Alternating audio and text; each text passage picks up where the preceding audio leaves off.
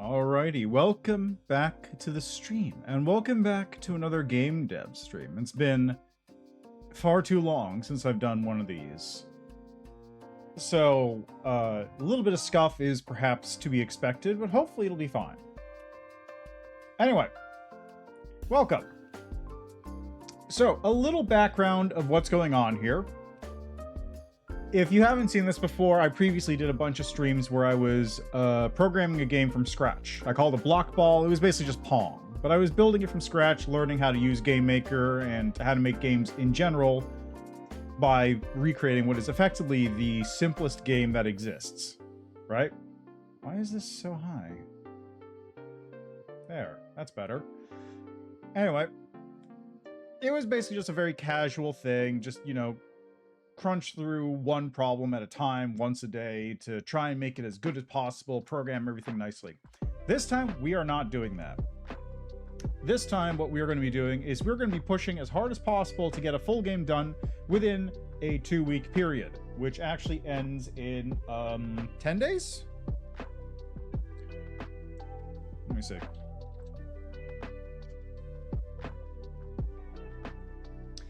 Yeah, 11 days. Let's call it 11 days. Actually, here, let's do this real quick. Pause the music. So we are going to real quickly just look at the theme for the jam. So this is the Doki Jam, as in related to Doki Bird, the VTuber, who is hosting this jam herself. And the theme for this one is chain reactions. One day you're walking the dogs, next day you're fighting gods. That was a prank? No, it was a prophecy about that fake reality you said never happened. So the basic idea here is that it's kind of like a... Well, let me play the video, because that kind of shows off what it is. There we go, that'll do.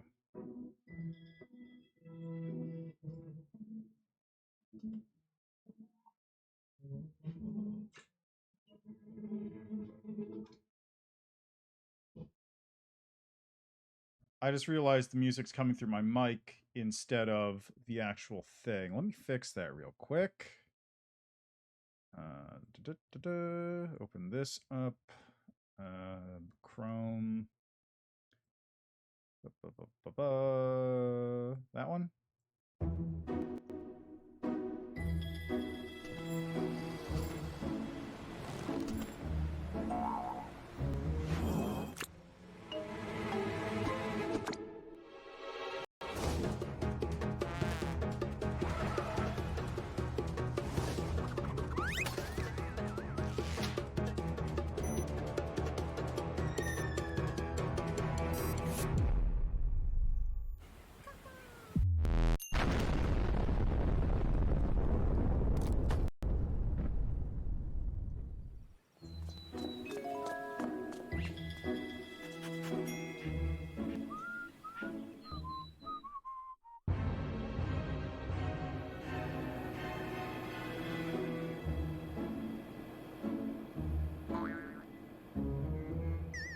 What the fuck?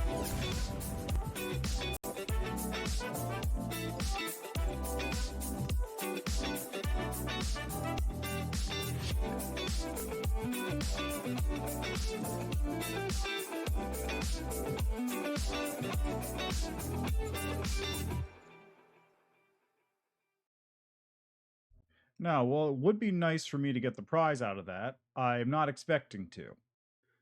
What I am trying to do, though... Also, let me cancel that so it doesn't do it in the future. Good. What I am trying to do, though, is just get a game completed in that 2-week period. I just want to be able to say, I did it, I made a game in a 2-week period, it's finished, it's done. Art, music, gameplay, story, everything is finished. And to that extent, I have actually done a little bit of work on this already. There's an intro here about like what the explanation was going on there. It's just like,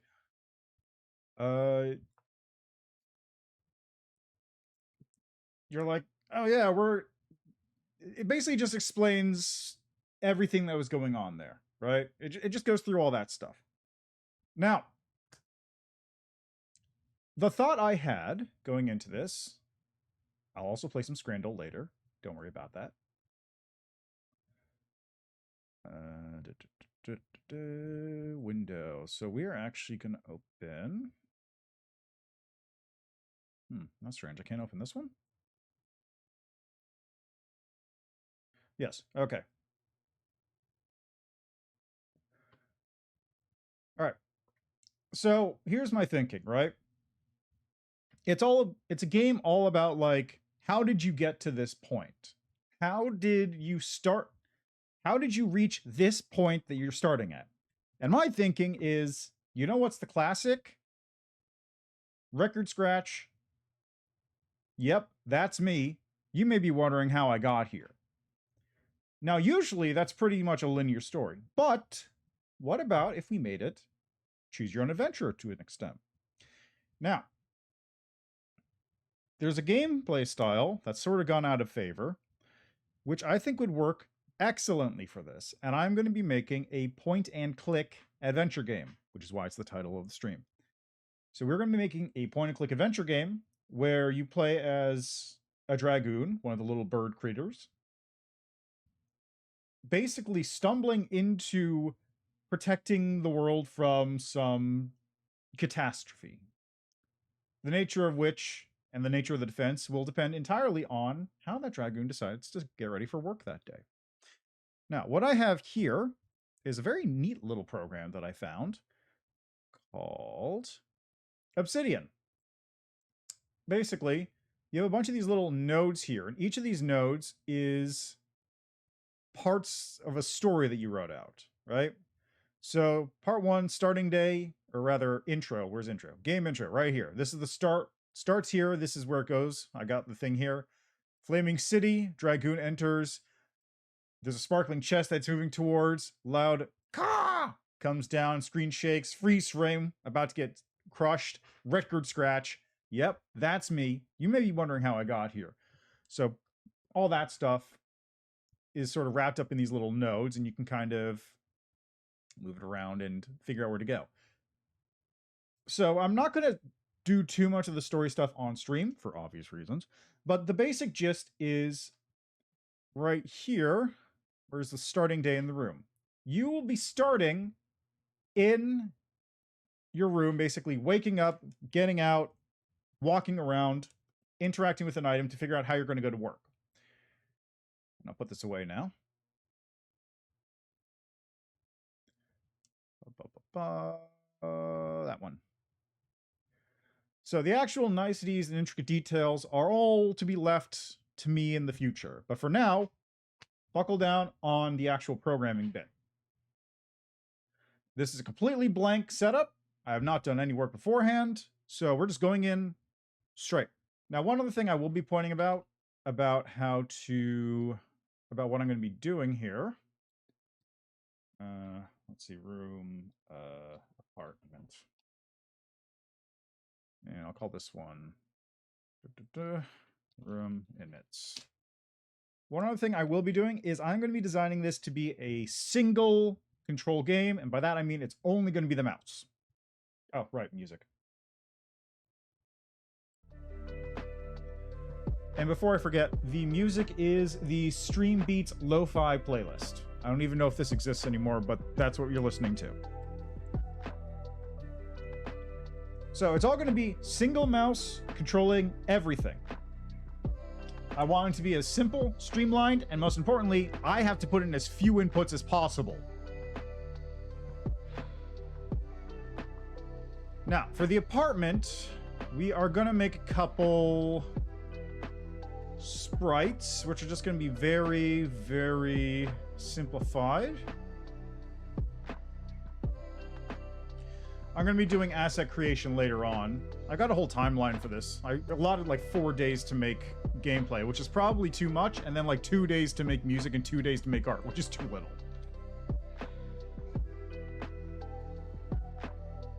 All right, so 30, 60. Texture, settings, edit image. All right, just to make this simple, This is gonna be just like a nice little straight line. Gonna make it green, I guess.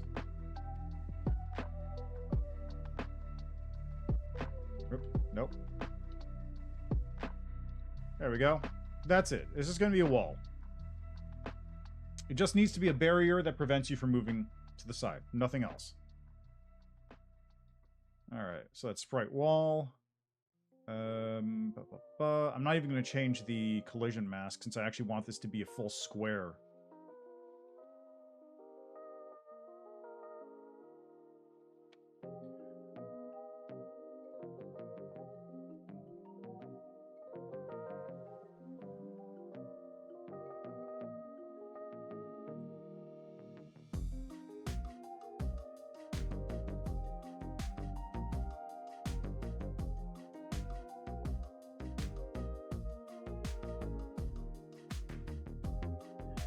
Alright, so,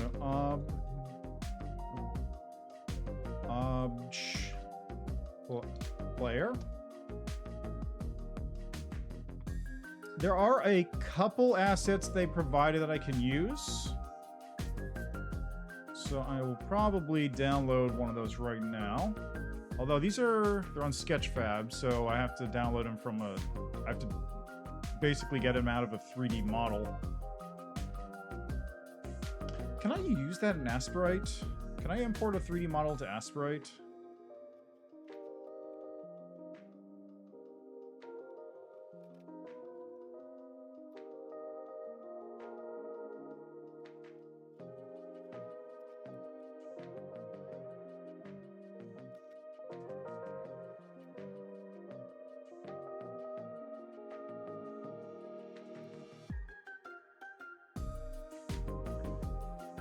Okay, so what I'll do is I'll just, we're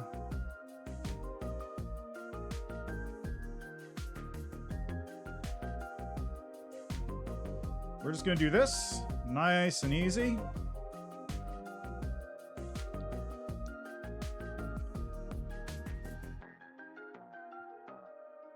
Okay, save as a PNG.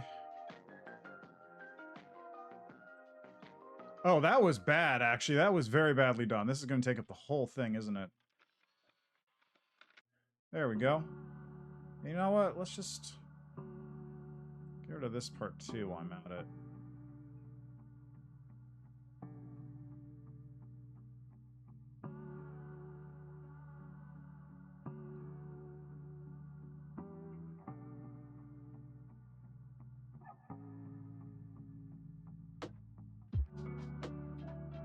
Nope. Nope. Nope. No. Take that. Paint bucket. There. There we go. Okay. Save as PNG. Let's call it... No, that... Oof, jeez, what was I doing? PNG. Call it Dragoon.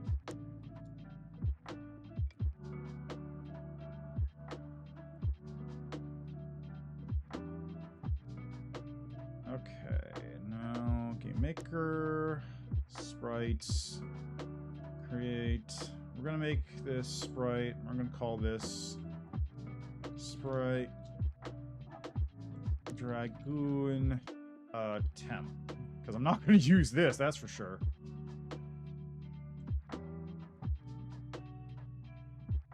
Dragoon. There we go. Look at the little guy. Look at him. He's so cute.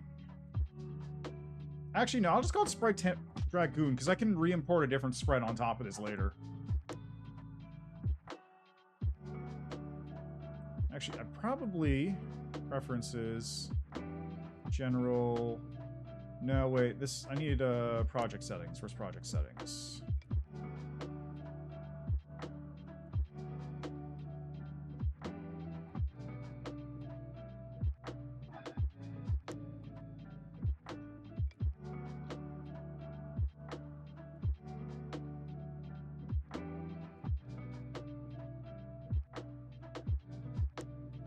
That'll do. Okay. So, we got our Dragoon sprite imported now. It's a cute little guy. Look at him. Alright, sprite, Dragoon. All right. So another thing I'm going to be doing is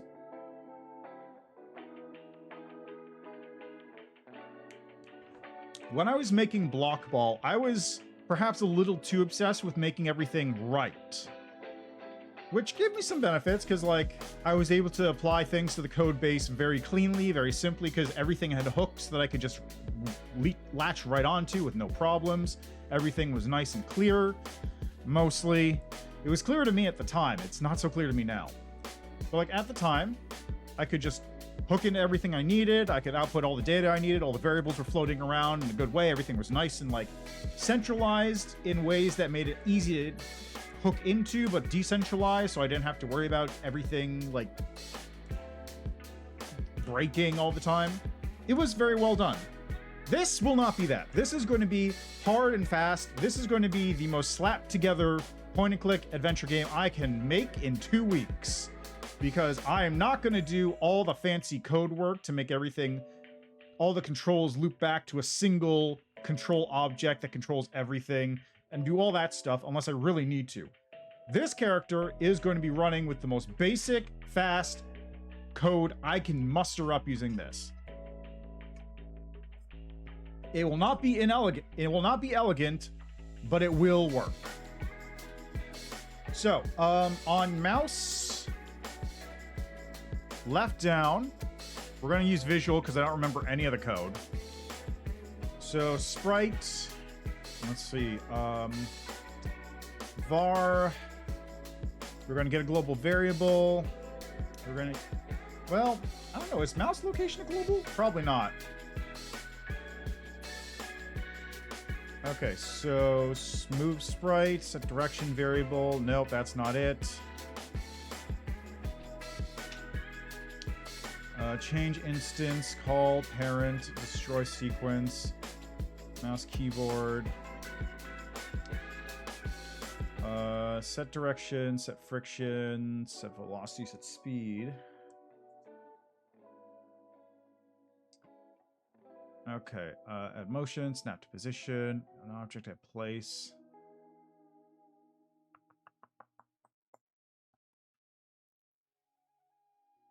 Oh yeah, before I forget, let's put the Dragoon in here. Oh wow, he's way too big. Yeah, that's good.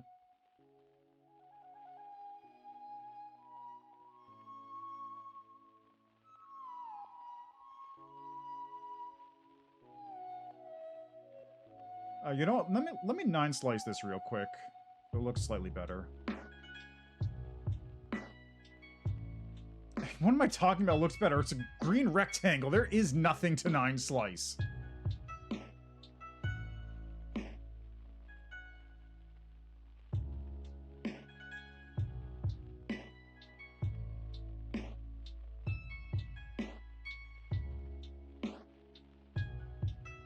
Yeah, I'll move it over one.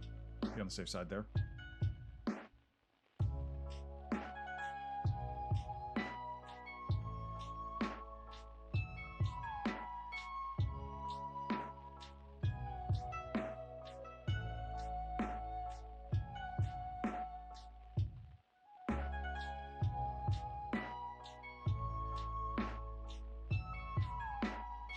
There we go. We now have our Dragoon in a small room.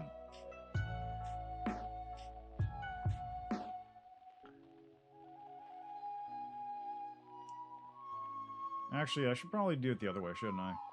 Alright, so on create, we're gonna not do anything for right now on create. We're gonna do on step. If, let's see.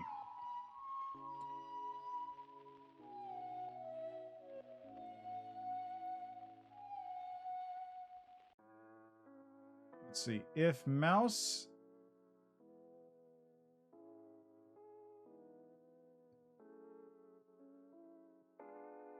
I don't remember what the difference between if mouse pressed and if mouse down.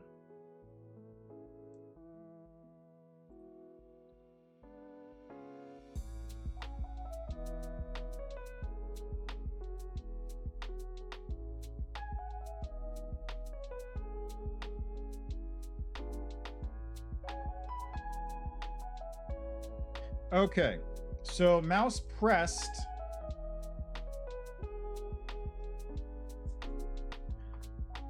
Mouse pressed is click, down is held down. Good. Okay, so if mouse pressed left, we want left button. Then variable. I don't know. Hold on. Is mouse click a...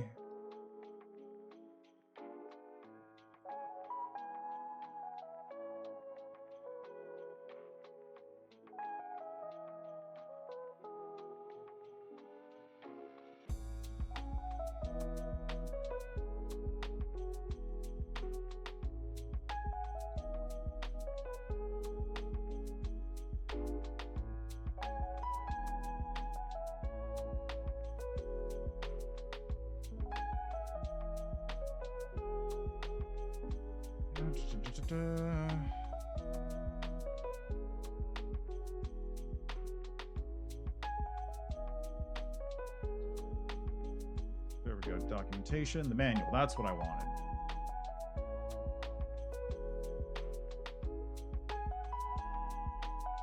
And let's see, mouse position.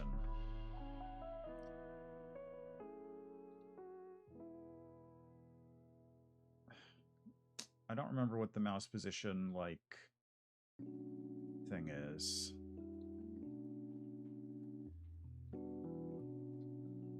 Built-in variable mouse X. So, X, so we'll call it what? Like,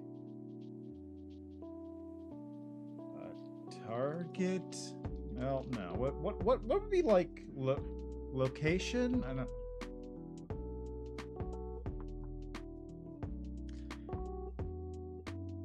No, I guess I don't need to do that. All right.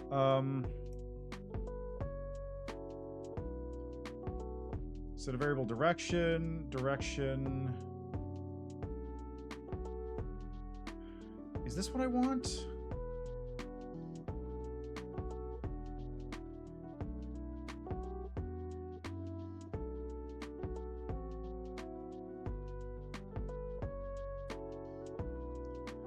Set direction is 0 to 360.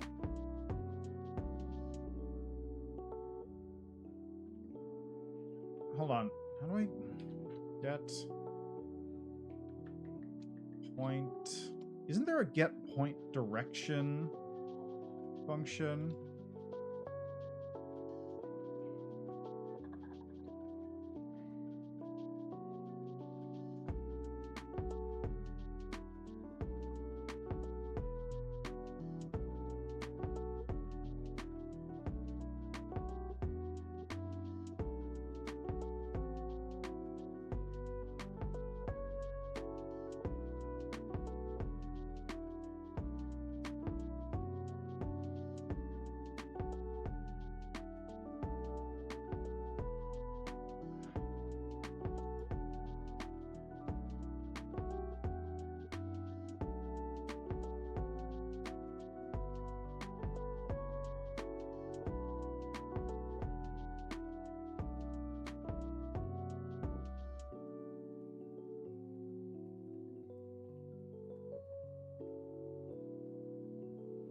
Ah, there it is. Set point direction. That's what I want.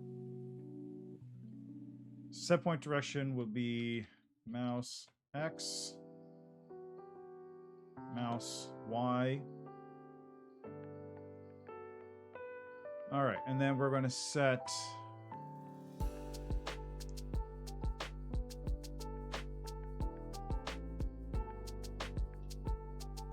speed. Yeah, in direction, speed is going to be, let's say 5. So now, if we load this up, and I didn't put a thing here, right?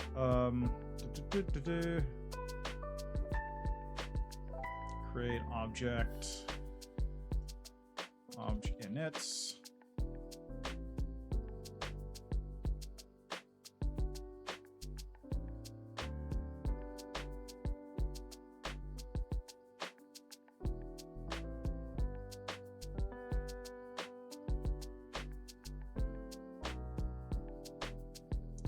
Forgot to put it in there.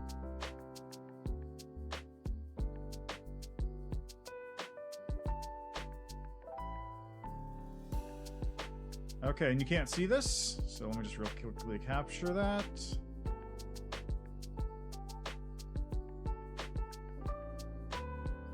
There we go. All right. So we got our first problem. It does work. It reaches the point it's supposed to, but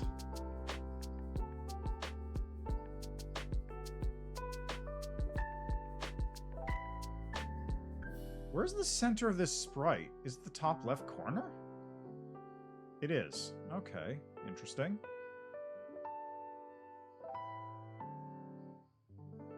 Yeah, top left should be middle center. There we go. Now it'll be in the right position. But we have a problem here. It should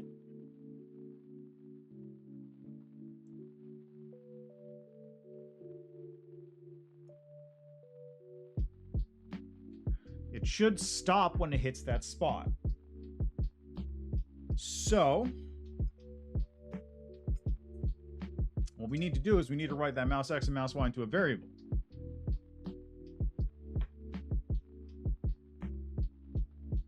So let's write that into a variable. Where's variable? Variable. Okay, so I don't know, what's the word for like target? Like the destination X equals mouse X dest Y goes to mouse Y. All right, and then we can actually change these to dest X and dest Y, just in the off chance I need to reference these variables elsewhere, or I need to change dest X and dest Y. So let's see here. Now we're going to do an if.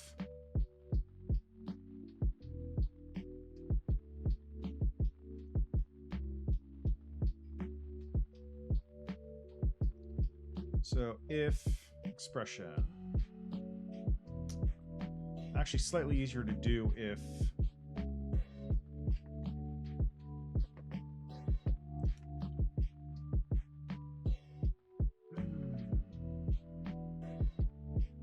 how do I do this within a range?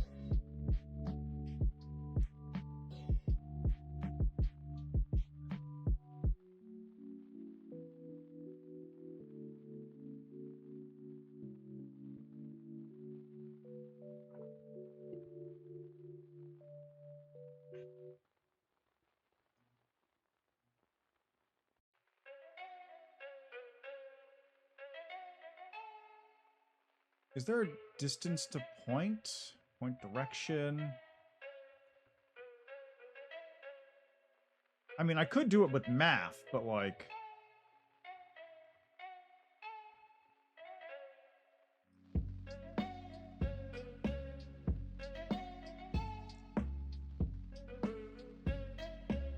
Ooh, angle and distance. Point distance. There it is. Point distance.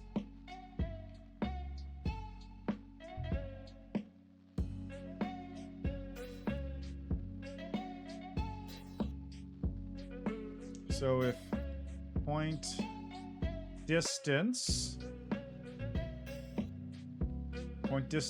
of x, y, dest x, dest y is greater than, let's say, 5. Then we're going to set the speed to 5. And then if it's equals 0, set speed to 0.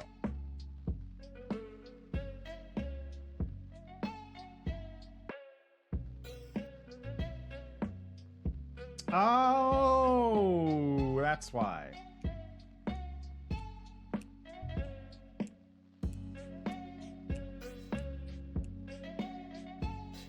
Right, because I haven't initialized destination X and destination Y yet, so there's nothing to actually compare against right here.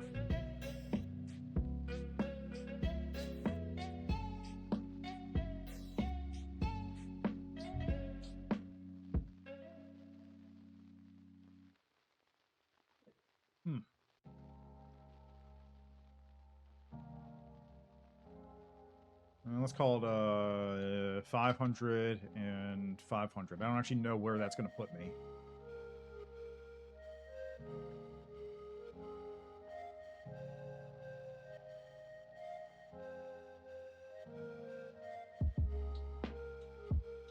Huh. Why is it just moving wherever it wants?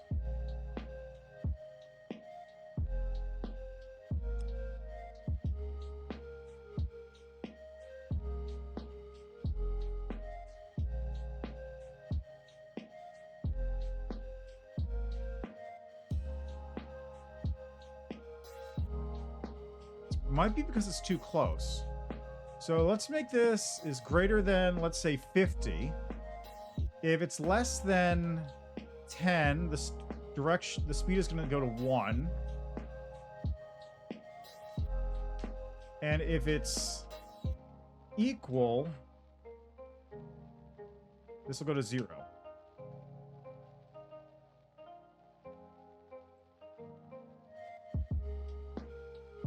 Uh-huh. So we've got it. So the big problem is that it's not hitting 0. So let's say less than... Let's actually say it's less than 10. If it's less than 10, it does that. If it's less than, let's say, 50, it's that. And if it's greater than 50... Yeah, okay, let's try that. So we'll never actually stop on the point, but it'll get close enough. Just like that. So look. Slows down, stops. Slows down, stops. Okay, now I want to see what happens if I put it to here. Like, what's it going to do? Where's 500? Where's it going? Okay, that's weird.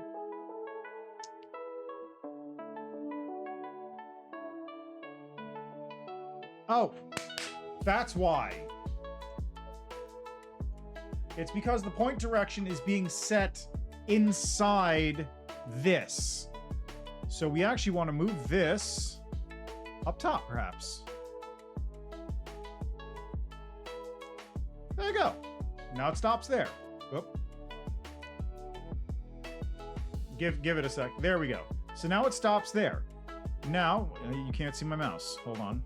I'm going to change this so you can see my mouse real quick. There. All right, there we go. So now look. Ta-da! Ta-da! Look at that. We made a point and click.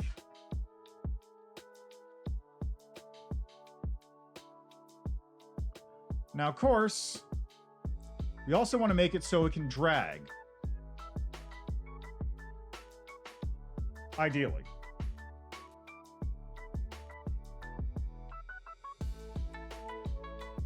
So let's do if mouse is down.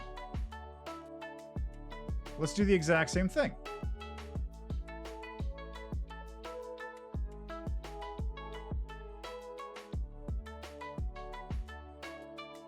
Wait for it.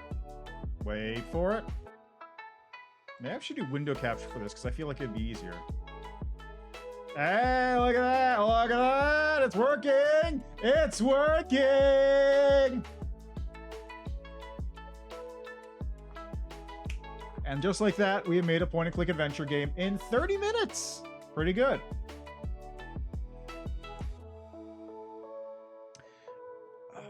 I'm actually going to be right back in a minute. I drank too much water.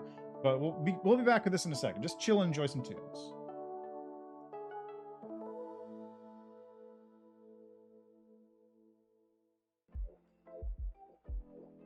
Gotta get used to my stream deck being in a different position now. Okay. I redid my desk layout, so it's all... Oh, that thing fell? What? That must have been the noise I heard. I didn't even realize. It's not the worst situation, it's just annoying.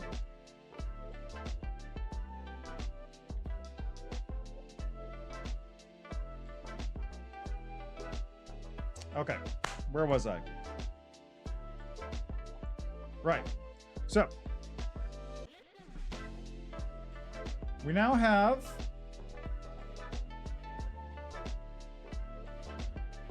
does window capture work faster than game capture? It might. I'm just gonna do a second window capture real quick.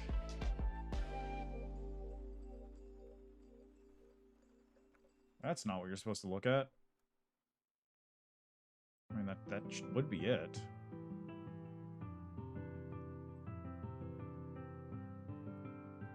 But it's not capturing it. Why? Ah, figures. Does it even work?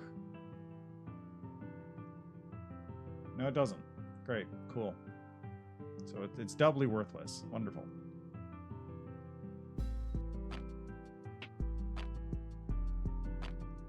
I just like it to capture it faster.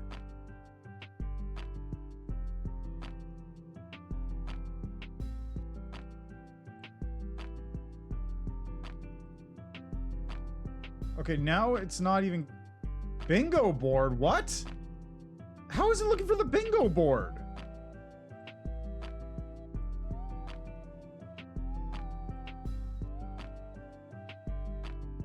Oh, that was game capture. Oh, it was my other game capture window. That's why.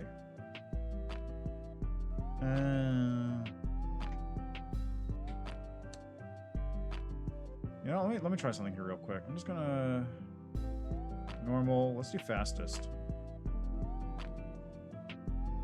Alright.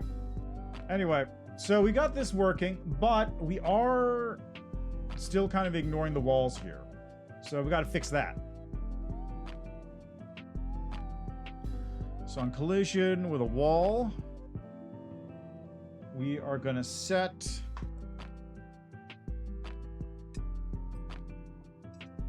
On collision with wall, we will set dest x and dest y to x and y. So now if I do that, bounces off. I actually kind of like that.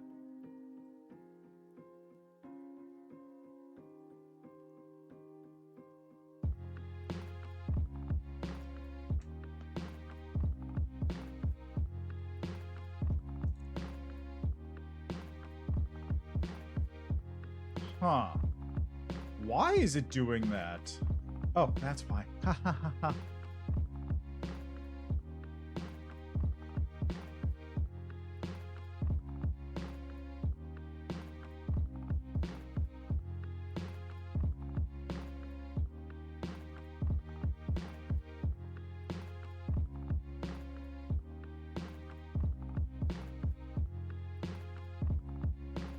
Did I freeze it? Did I break it? Really? Really?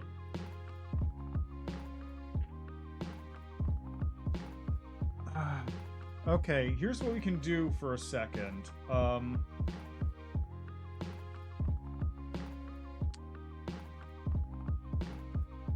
Set point direction, no.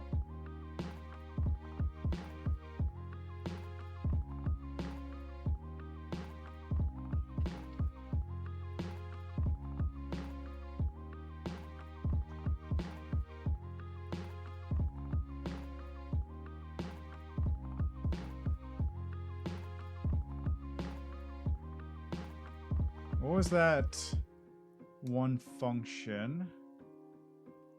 So I could do...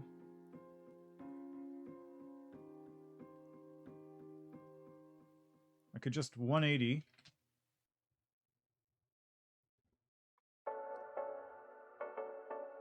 Try doing that, maybe? So we know the problem is right here. So the problem is it frozen or is it just not working? Okay, I'm gonna add a, I'm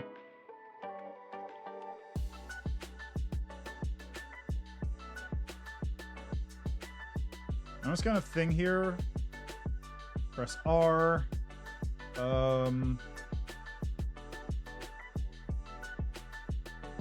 Create an instance of, whoops, nope. Create an instance of object player. At the, I don't know, 500. And then,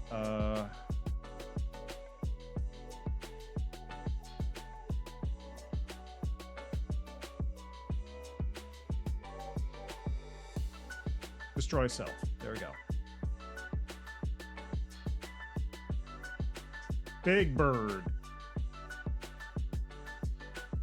Okay, so it's not freezing. It's just for whatever reason getting trapped right there. Which is very weird because I don't know why it's not happening at the other locations.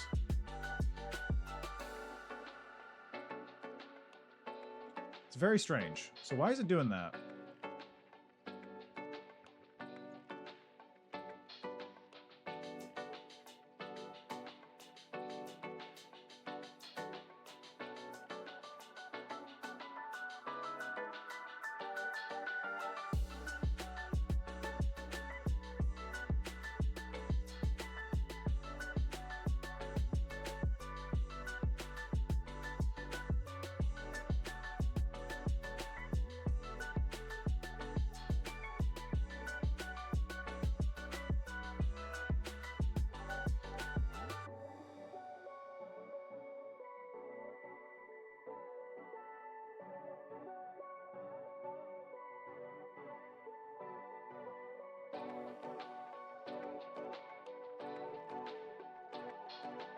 You know what? Idea. What about if I do this? So on contact, what it's going to do...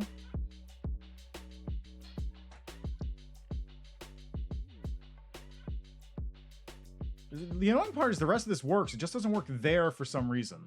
I don't know why.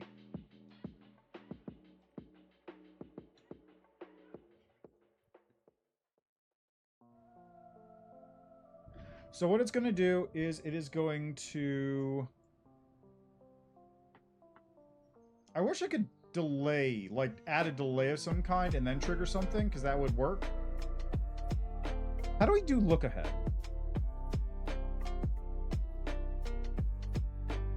There's a way to do like look ahead.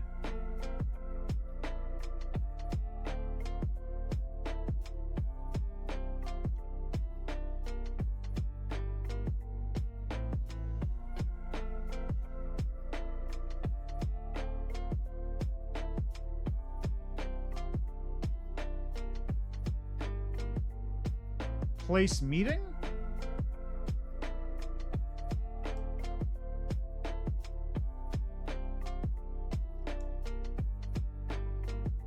Was this physics? No, it's regular.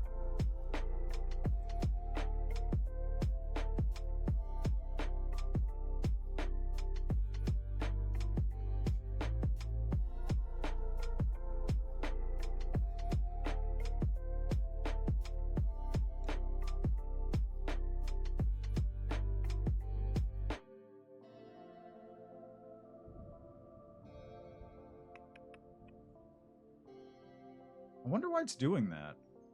Like, I genuinely don't know why it's doing that.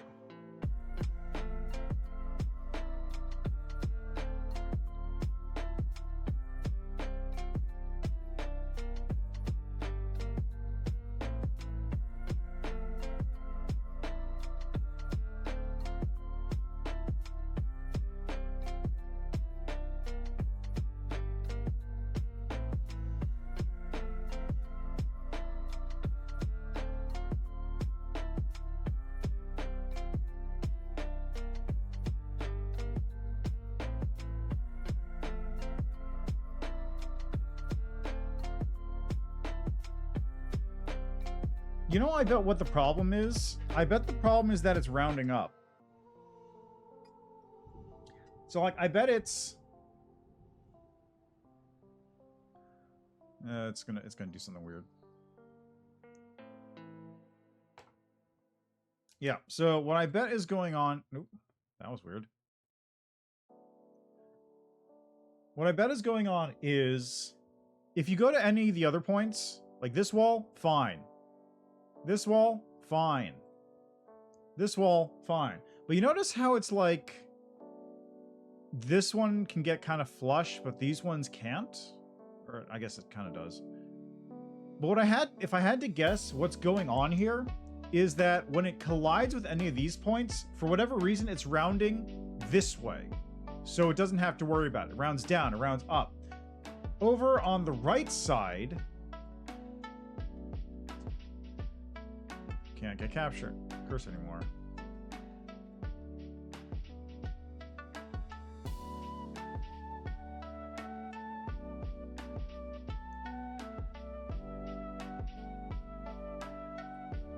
Anyway, what it looks like is over on the right side here, like over top, it rounds down this way. Over here, it rounds this way. Over here, it rounds this way. Over here, it looks like it's actually rounding this direction for whatever reason.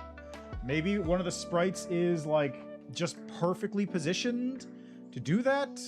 Maybe something else is going on that's weird in the math that I'm not thinking of. But I bet that is the problem. And because it's rounding this direction, or rather the point is like being pushed this way ever so slightly, it's like getting shoved into the wall when it shouldn't be.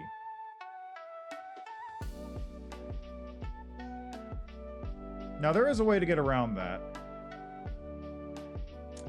I believe the way to get around that is just to increase the tolerance here a little bit.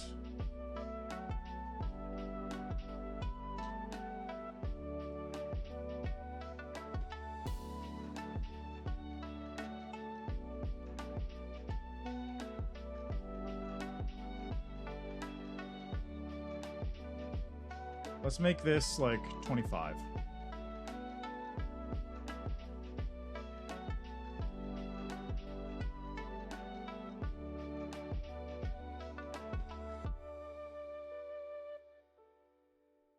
Nope, that doesn't do it. And now it feels worse.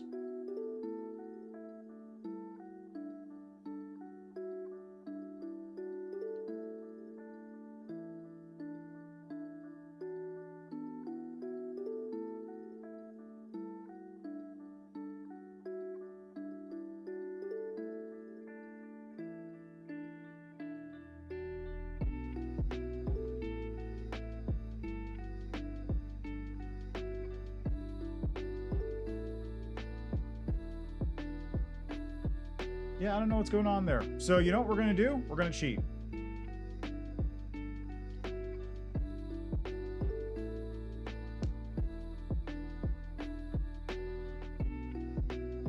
See what happens? Let me just see what happens if I move it over one. Like, is that going to do something? Is that going to have the same? It does.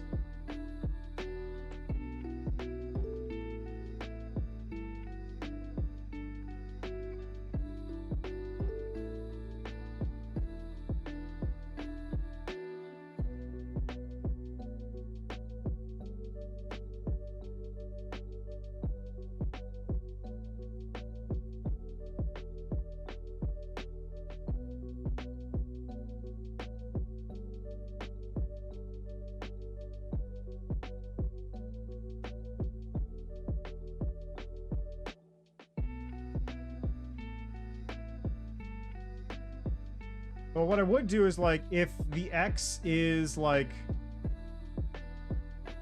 greater than 1200, move it back, like, 10 pixels and then set it to 0. Is what I would do for a cheat. So on collision with object wall. So if X is greater than, let's say, 1100.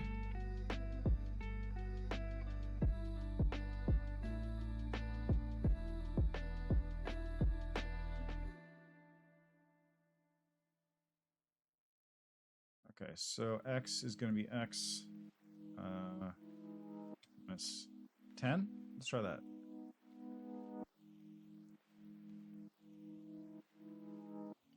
Yeah, see? That fixes it. For whatever reason, that was happening. I don't know why, but it did. So, who knows? There's no comment box, unfortunately. That'll make things nice and easy. I can just go like, I don't know why it's doing that. I can use this, I guess.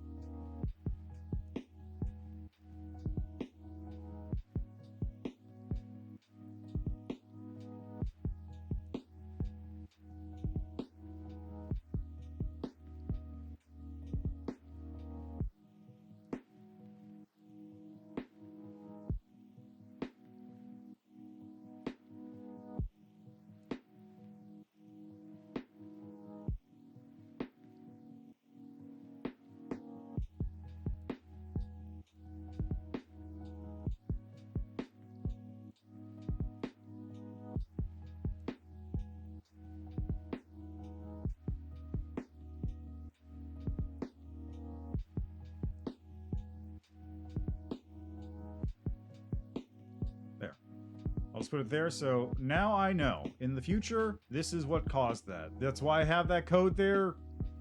I won't forget it. Okay. So that's the basics of what's going on here. Now, we need to make a new object, because it's not going to be an empty room you're just strolling around. It's going to be a room with stuff. So object, and we're gonna do okay, so on my list here I've got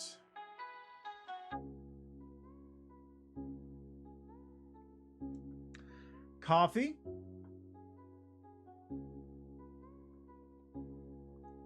so it's gonna be a little coffee pot that you interact with. So actually I'll draw sprites of these later. Or as good as I can, really. But for now, we're just gonna pull some PNGs off the internet. The time-honored tradition of just using stuff as placeholders.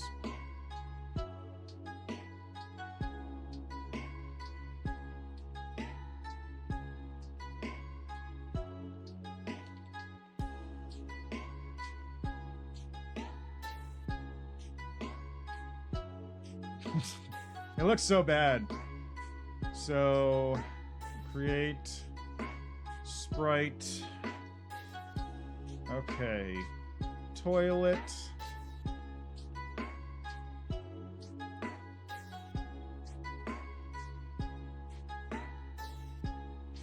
Create sprite.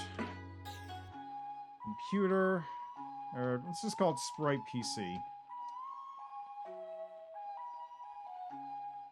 Create sprite. Okay, so it was briefcase. That was the last one.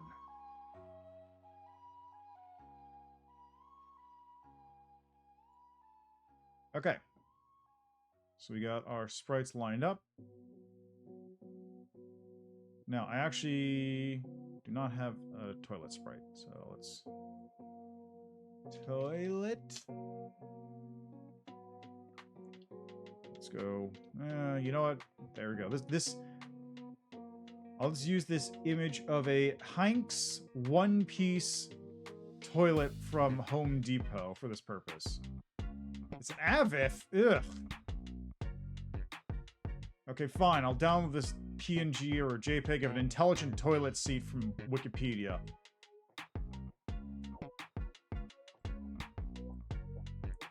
There we go. Now we got a toilet. I'm probably gonna have to, like, shrink those sprites significantly. Yeah, I'm definitely gonna have to shrink those sprites. I do actually have a no, I deleted that.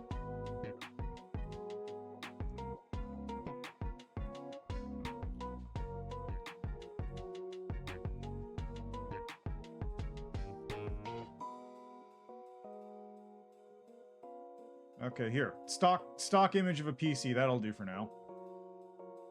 Like I said, this is all temporary. Doesn't matter what I use here.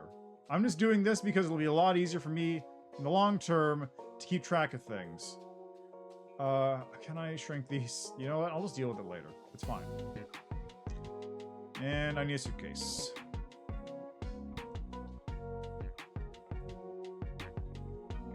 Or a briefcase.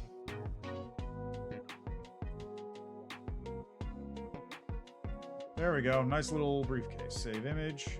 A WebP? Is it really a WebP? Is it a WebP? Stop. I just oh my god. I hate this.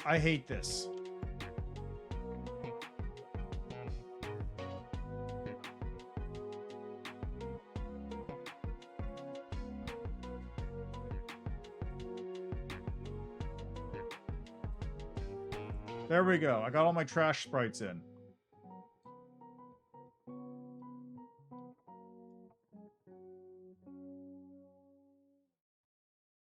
Who's calling me? Nobody of any importance.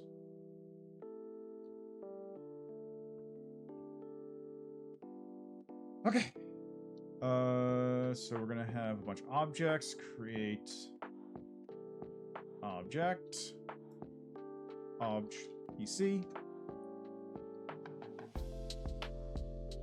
Create object.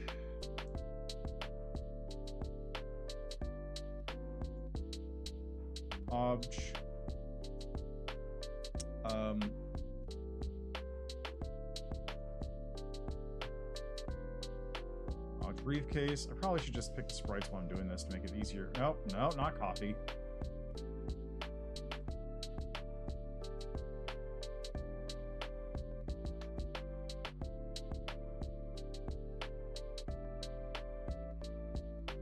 I can delete that for the moment too.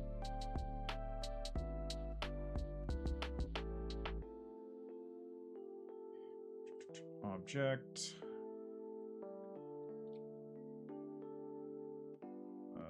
Coffee, toilet. That's the one I'm missing.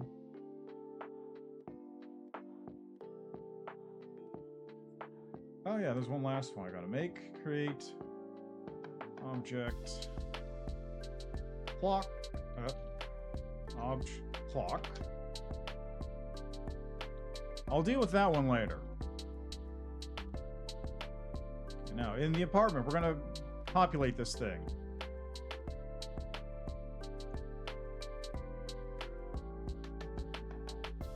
First, we're going to shrink these things down to a reasonable size.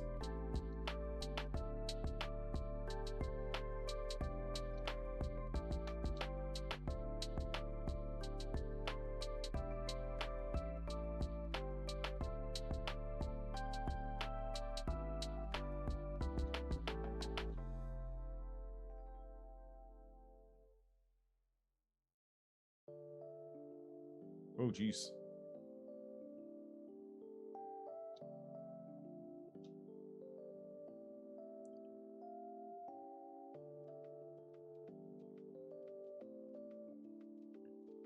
So we got our 4 objects littered around now, right? Good. We're good there. Oh yeah, I can also get rid of this. Don't need that event anymore.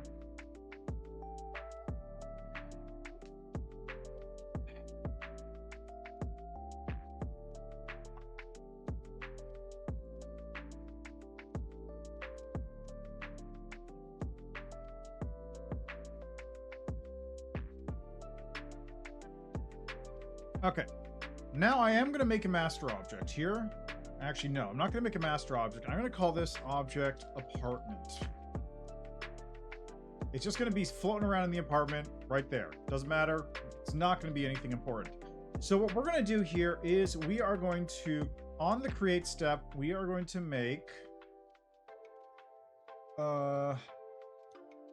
global variables. We're going to set some global variables, and we're going to make 4 of those.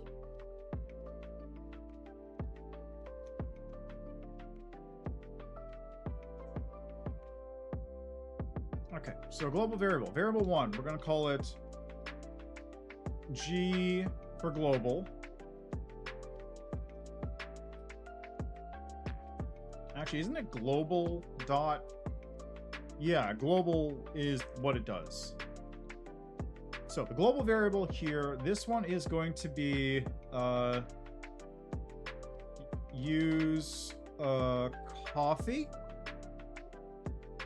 use toilet, use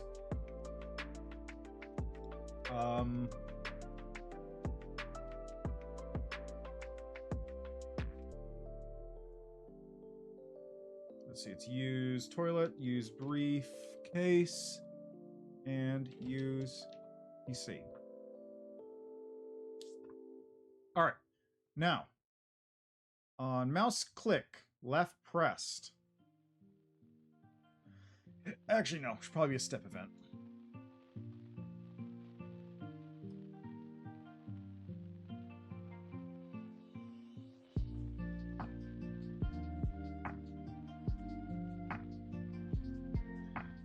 Can I do switch? Is there a switch? Yes, yes there is. Perfect. Okay. So on mouse, if mouse is pressed, if the mouse clicks, we're going to do a switch, which is based on, can switch be used on anything?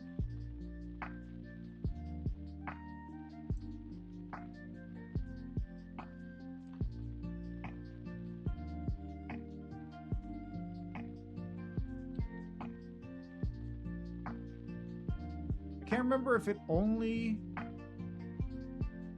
switch expression is executed, results compared with a constant.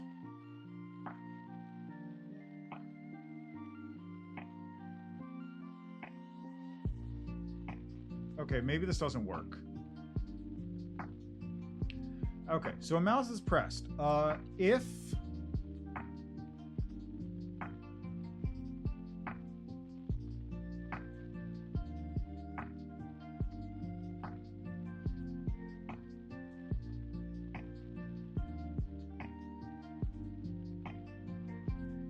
okay, so if place meeting, maybe?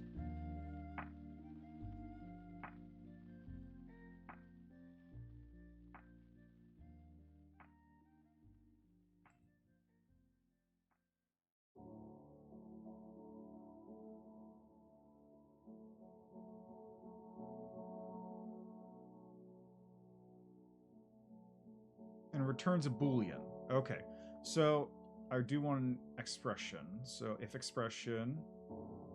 So when mouse is left is pressed, if place meeting. Nope. Mouse X, mouse Y, object. We're going to go with coffee. So if that returns true, it'll set the variable for use coffee to 1.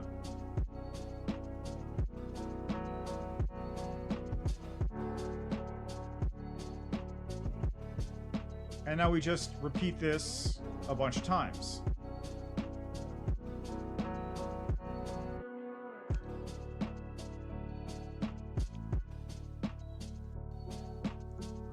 So if place meeting is going to object toilet, then use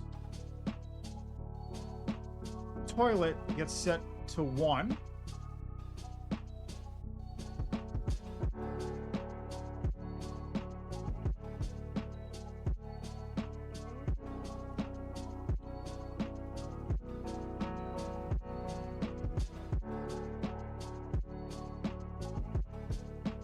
Use PC.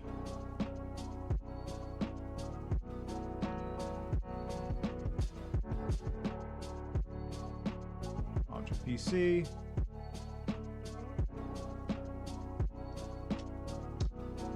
Object briefcase.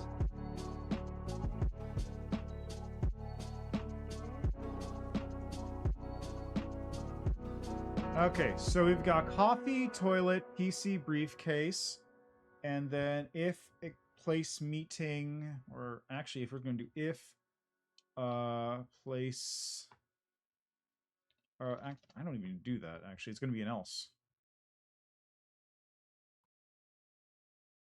Else.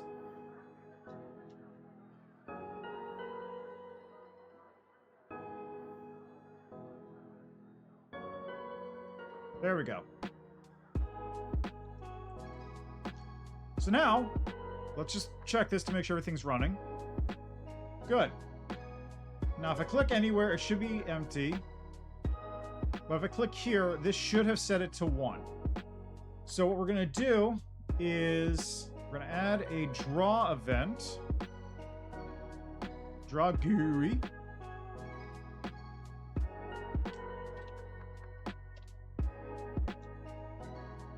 Actually, no. Better idea. Instead of that.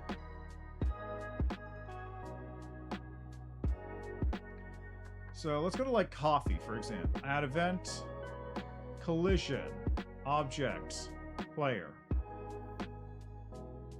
So if global dot use coffee is equal to 1 on collision with the player, sound, play audio, and let's just import some audio here. So real quick,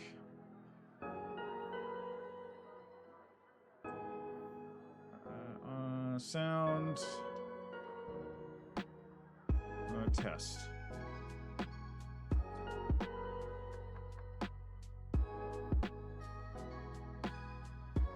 That'll work.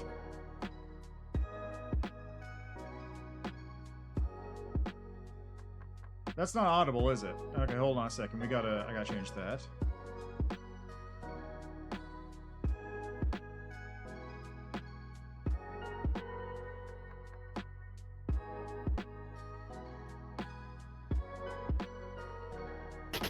Oh, dang it. There we go. Also, why is it going through the desktop? Hold on, that's weird.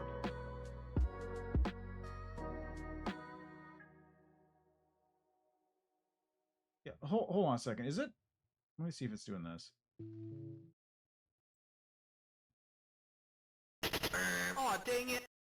Why is that going through desktop audio? That's very strange. Why is it doing that?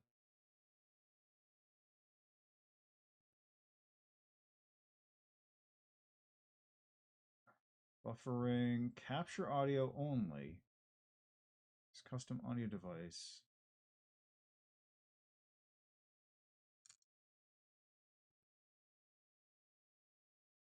Why is it? No, hold on. This is weird. Why is it going through the desktop audio section?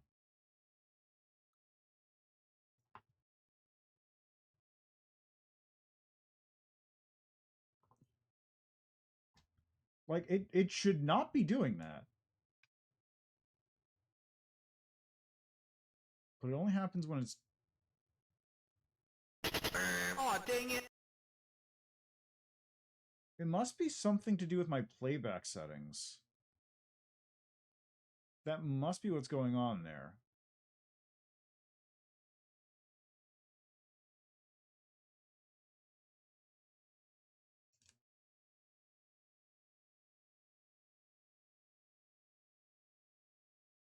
Hmm.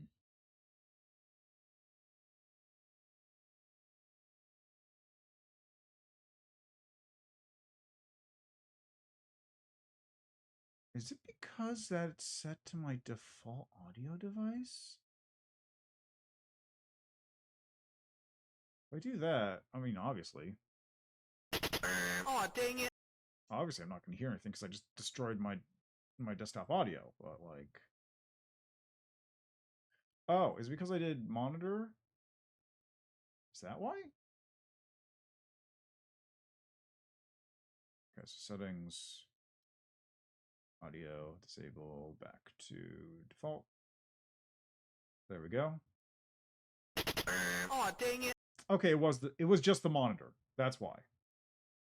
Weird.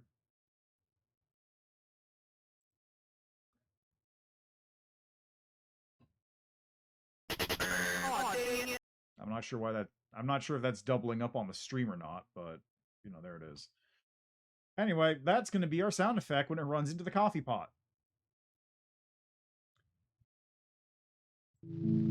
Actually, is this audio even coming through the stream? Hold on, I need to test this now. Because if the stream's been silent this whole time, that's a whole different situation.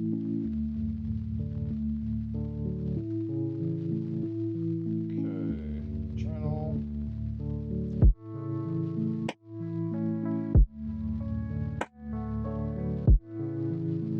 Okay, it is working, I can hear it. But now, if I pause this... Aw, dang it.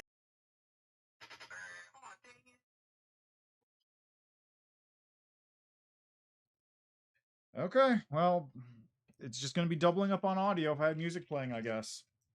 I'll just try not to do that. Shouldn't be too big of an issue. I don't see it happening that often.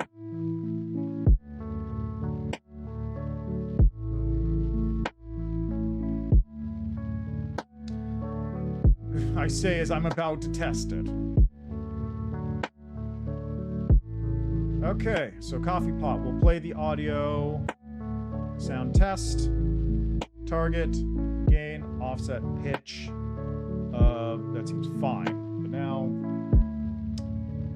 I think what I'll also do is I will also then change the global variable. Use coffee to 0. That way, it doesn't loop it over and over again. So now...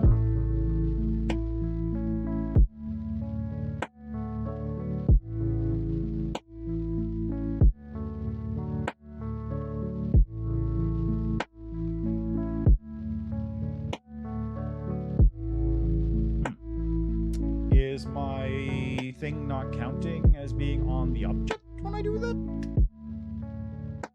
Is that why? Okay. Okay. Okay, let's test a few things first. Let's go object department. So we're going to go to the draw GUI, draw GUI, visual, draw value,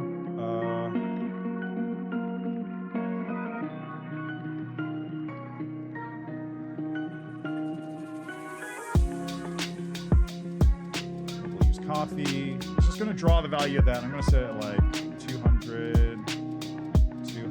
I'm not sure where that's even gonna put it. Okay, there you go. Coffee is currently 0. It's still 0, which is curious.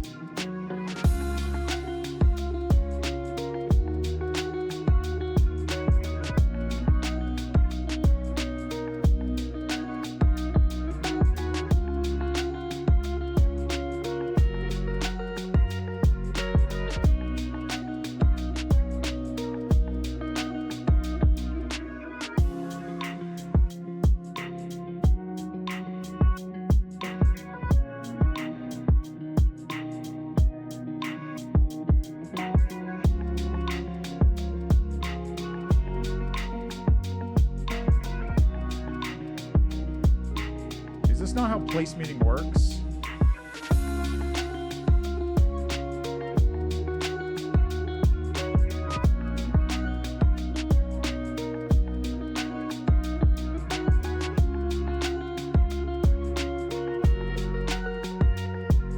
It might not.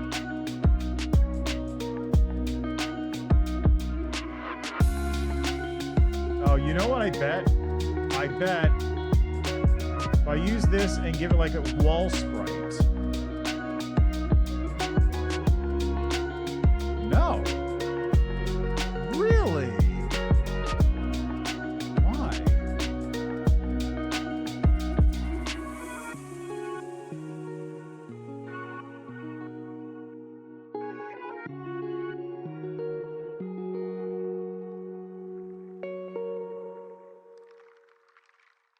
Position meeting?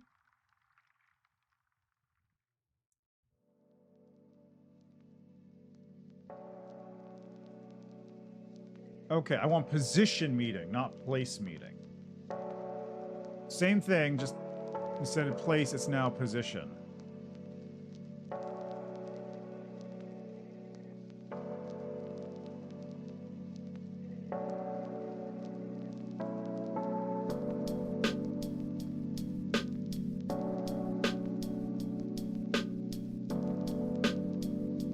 That's still not working. Why isn't it working?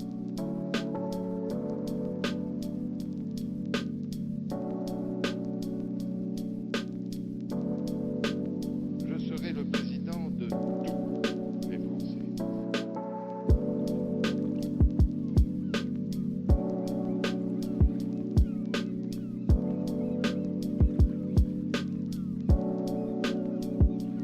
XY object. It should just be it. It should just be mouse X, mouse Y, object coffee. There's an example in the code here on this page. If position.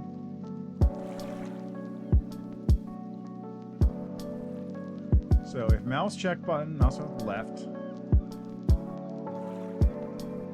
checks the mouse XY position for collision with any object, which is position meeting. If there is none, a wall is created.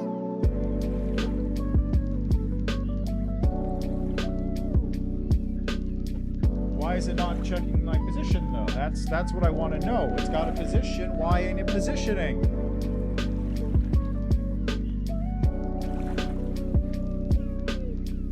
Why are you not positioning here?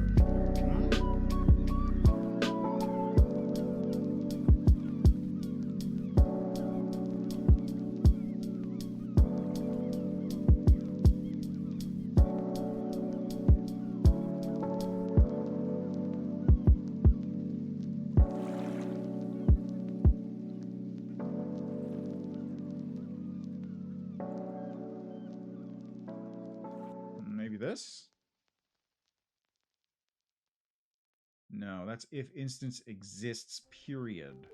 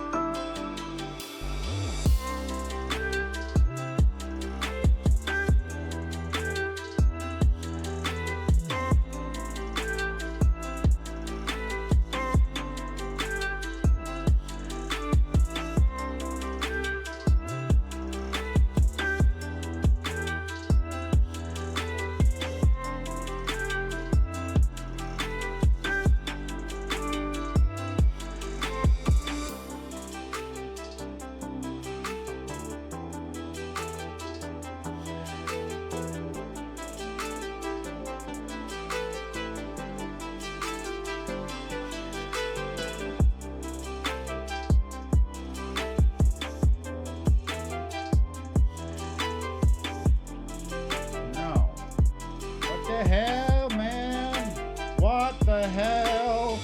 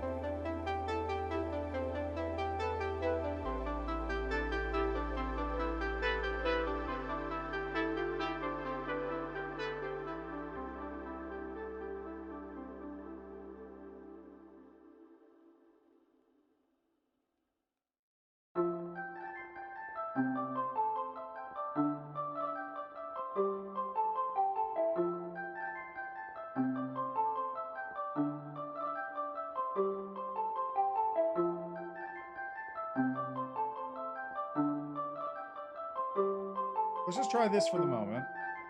And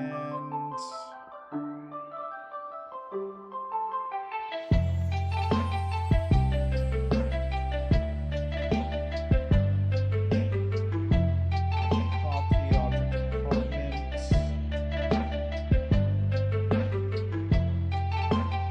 Yeah, the global variable is set to 0 only at that point.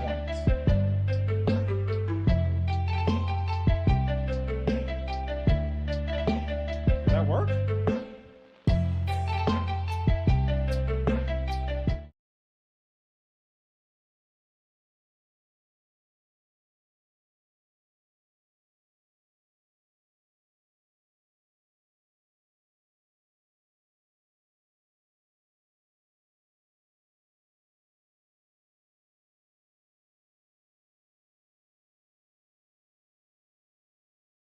Okay, it's not working.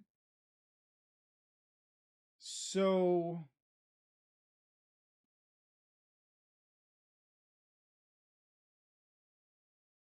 I guess for whatever reason, oh, I know what happened. I know what happened. I know what happened. It's because that else is an else, not an else if. It was tied to this thing. That's why. These aren't technically exclusive. Is there an else if? No, there's not. Okay, gotta do this the hard way then. Well, the easy way, technically speaking. And also, why isn't it making noise?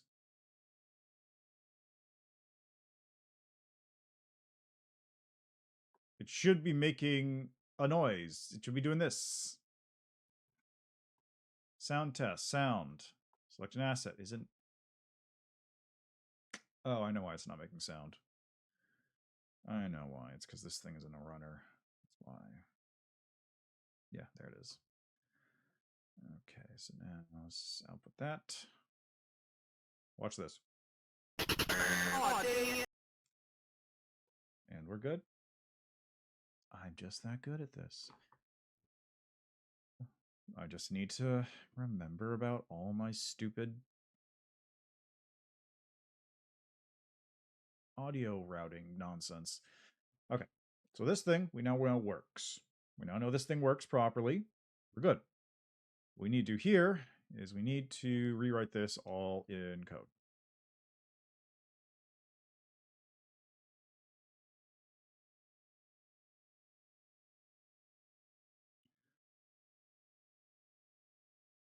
Actually, there's an easy way to do that. I just do this, convert to GML code. Yeah, look at that. It was... Wait, they were all position meeting, weren't they? Yeah, they were. Just made it easier. Just could have done that way, but apparently... I'm just going to do that. Convert to visual, which actually just converts it back to this. You know what? It's fine.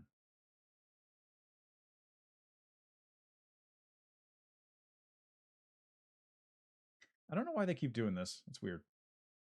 All right, anyway,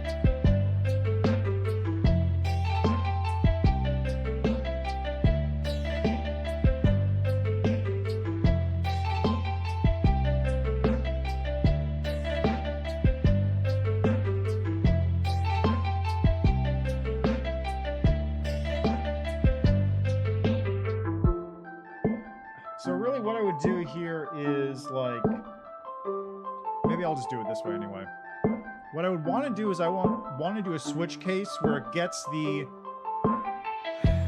object that it clicks on and puts it into there to just do a case, which will make this nice and simple, really, but like,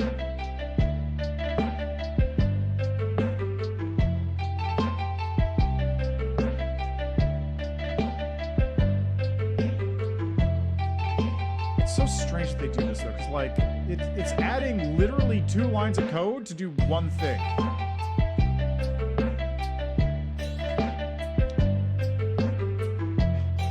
Instance place, instance place, instance place. That's the function I want.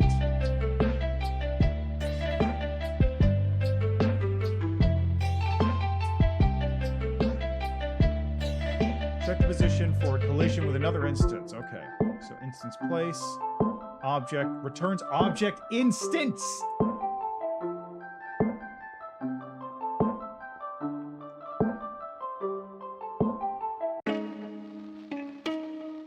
Okay, so we got this. So instance place X mouse Y object, an object instance, tile map ID keywords, all other or array containing these items. So all. And I want to set this to, let's say, var inter.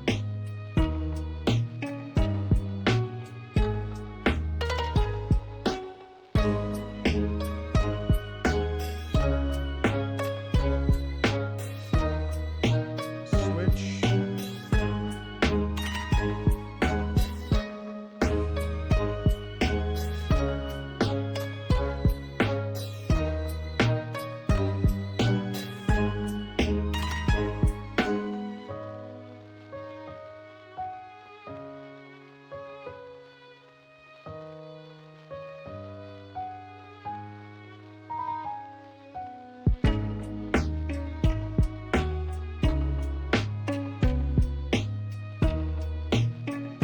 So switch underscore interact,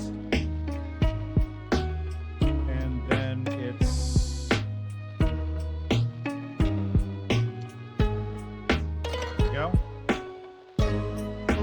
and then it's case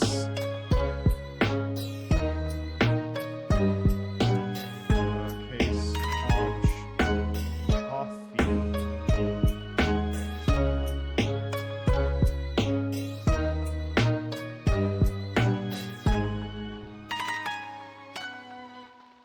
So like that.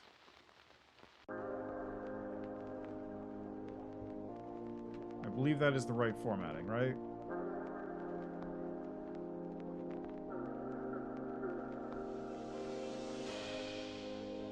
Yeah, that looks like it. Okay, so case object coffee, and then case object toilet.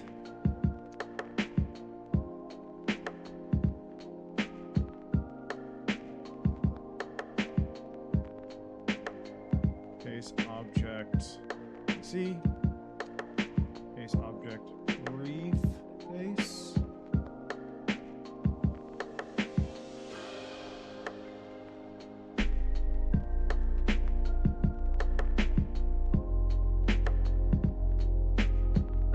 And then what's the default case again? It's just default. It's literally just default.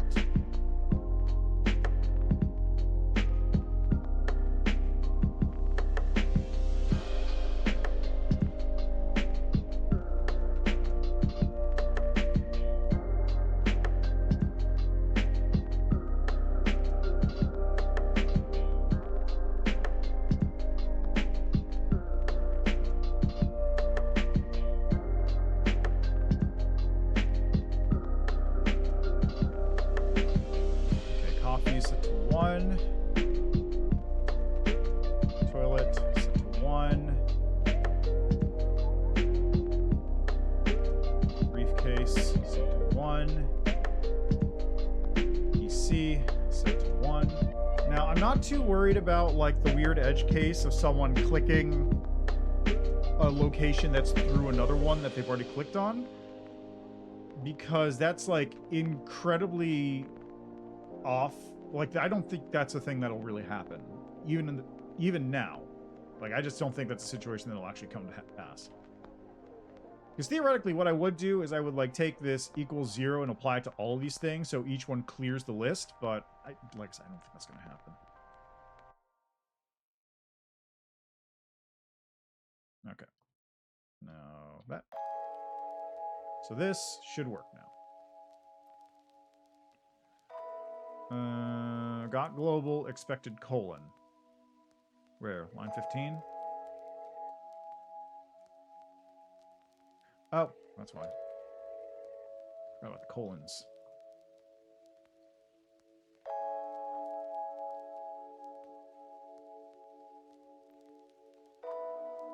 Oh, does there need to be one there too? Yeah, it is. Okay. So now, what? Where? Oh god, I forgot about that. Wait, no, this is correct.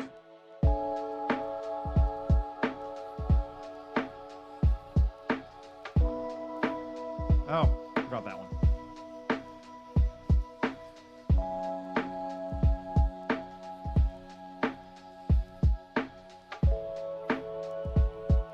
Uh-huh, now it's still doing it. Why?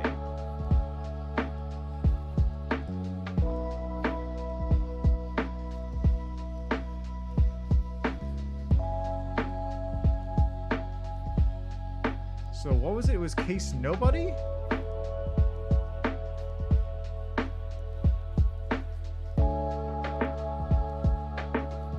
No one.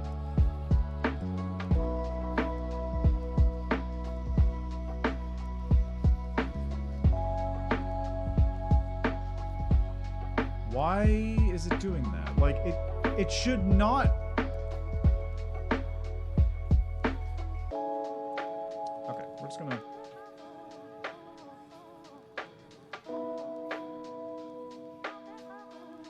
We're just gonna see if that works now. Okay, looks like it's not actually working, period. Cool, great. Well?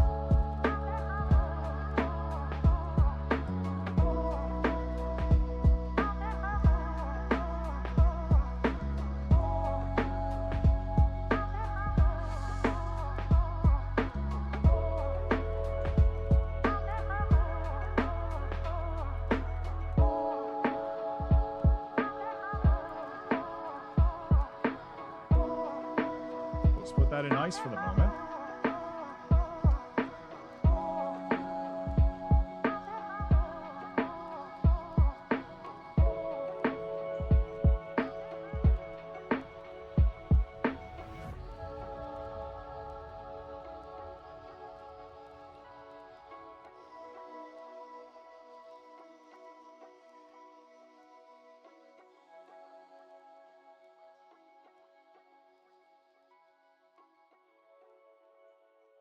I really want to know if this is actually putting out the thing I want.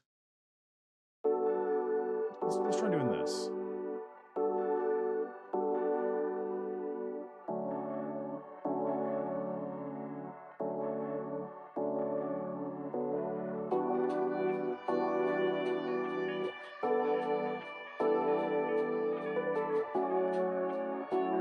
Variable sip not set before reading it.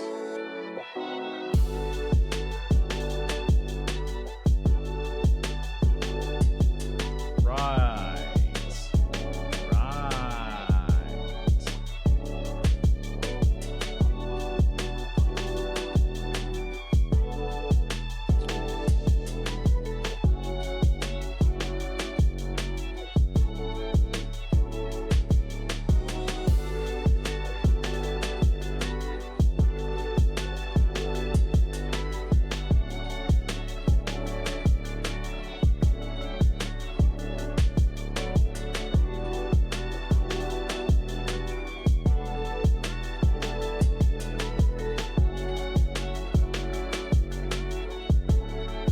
Interact not set before reading it? I set it in the stupid create code.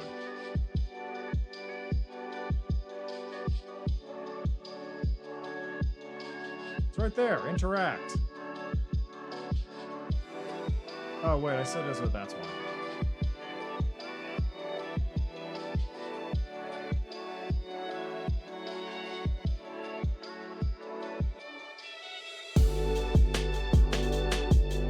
You know, I could probably just like...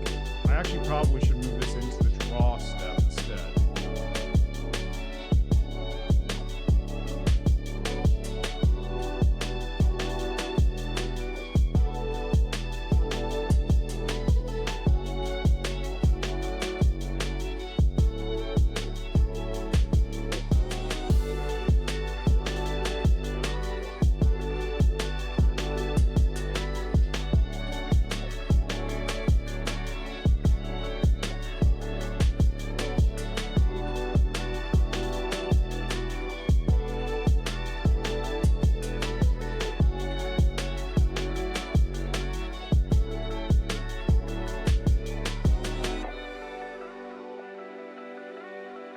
Interesting. So part of it is I'm not actually getting the right thing for it. I'm getting the instance ID instead of the actual object type. So I need to convert that, I guess.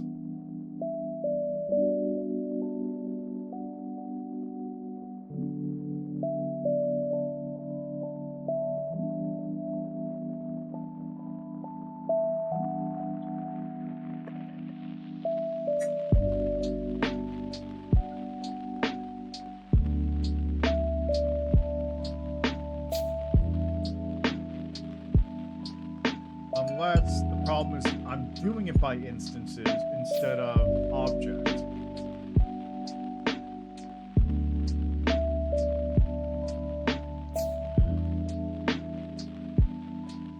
Now, what was that function again?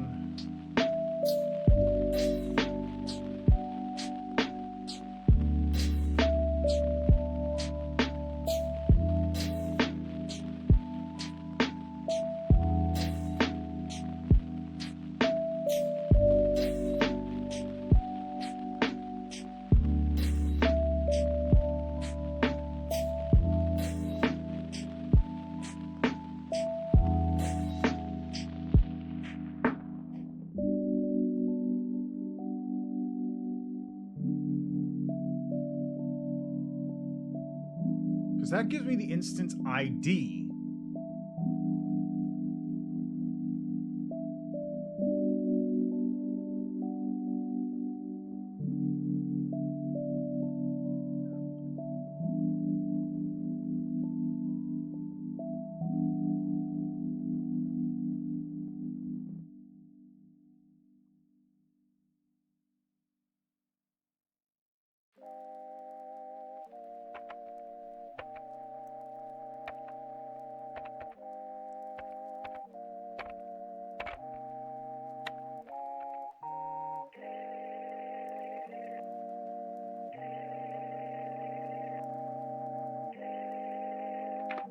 What is the if any object of place again?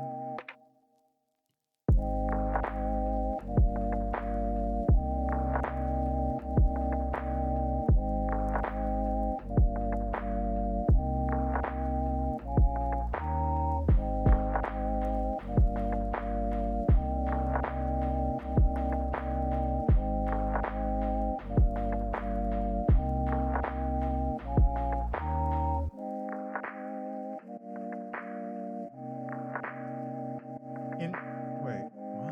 No, what?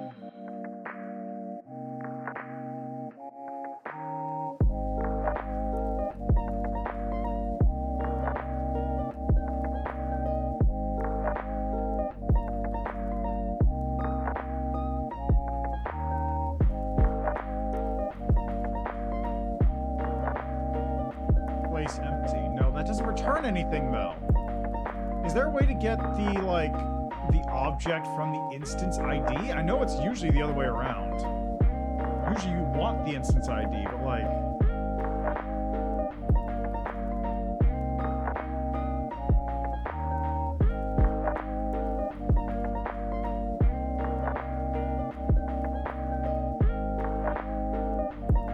Every instance has object index as one of their built-in variables.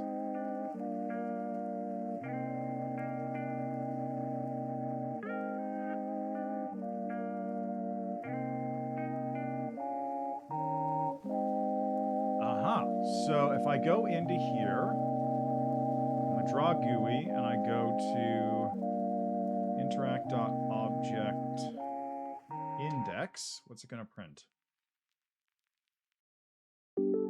Hey, that's what I like to see. So that's correct. Good. Okay, now disable that. Step.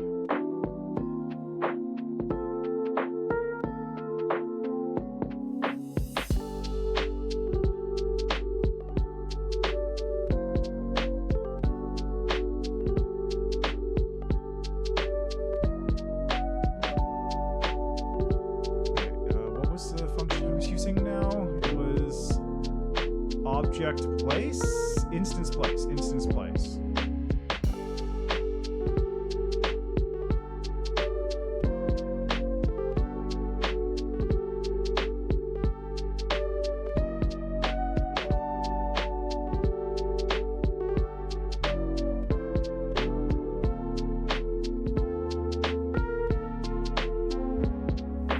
Maybe that'll work. Let's find out.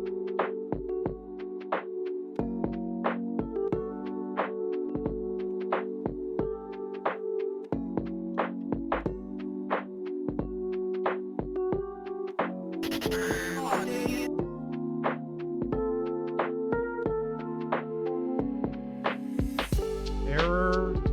Unable to find instance for object index -4. Okay.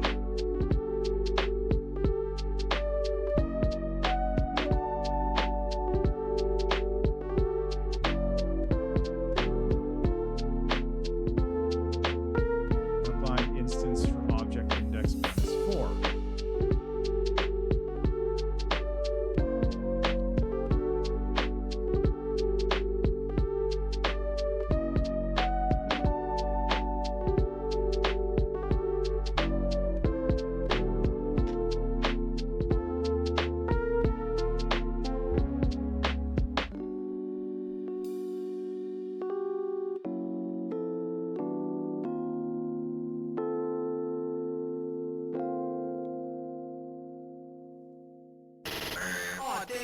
And that breaks it. Okay. So how do I get it to not care if the object index is -4?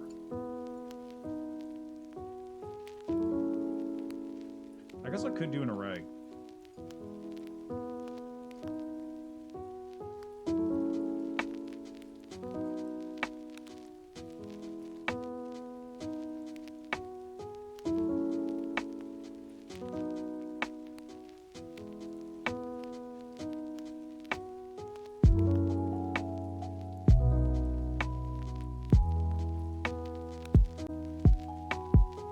Let's try that.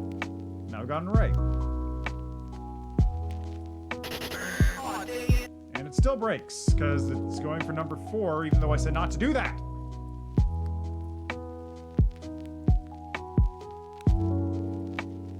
Okay, fine. In that case, I'll just do all. And if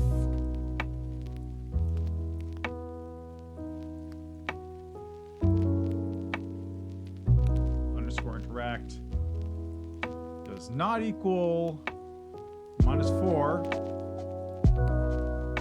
then the rest of this happens.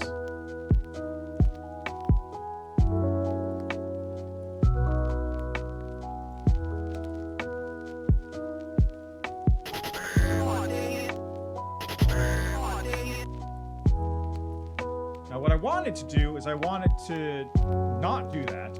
So actually what I could do is if interact does not equal -4, then it goes through the rest of this, and I'll just tab everything over so it looks nice.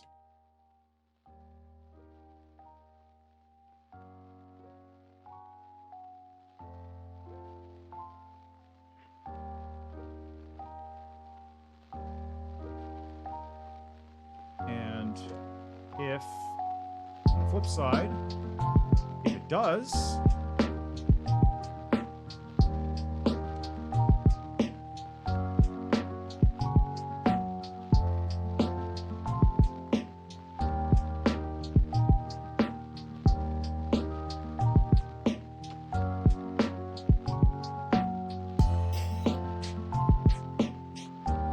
hey, look at that! Click on, click off, click on, click off, click on, click off, click on, click off, click on, click off. Oh, dang it! So now we have a functional little point and click, and it only took me like an hour and a half. Functional asterisk. Mostly working. Partially, kind of, sort of, not really, little bit. It works enough, and that's the important part. Okay.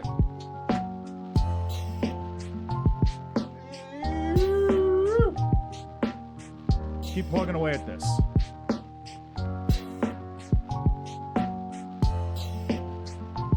Now, the other thing I have to decide is if I'm going to actually keep it just a point and click the whole way through. I should get rid of that sprite, shouldn't I?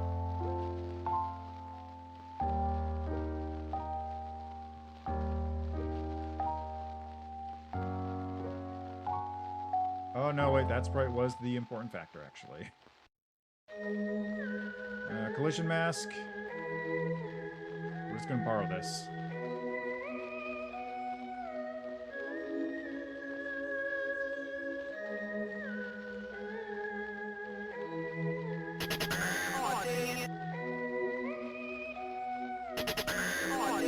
Oh my god, is it doing that?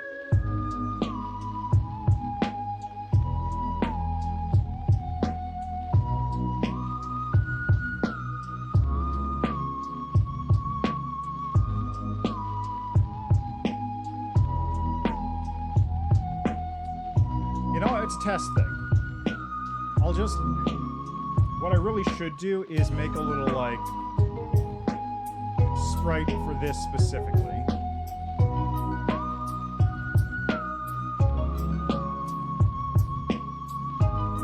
Ooh, I know. Let's see, is there a thing I can use as a pointer of some kind?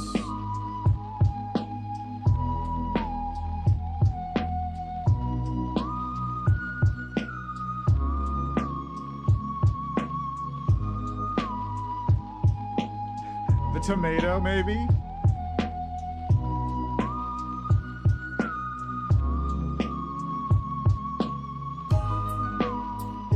Yeah, you know what? Let's do the tomato.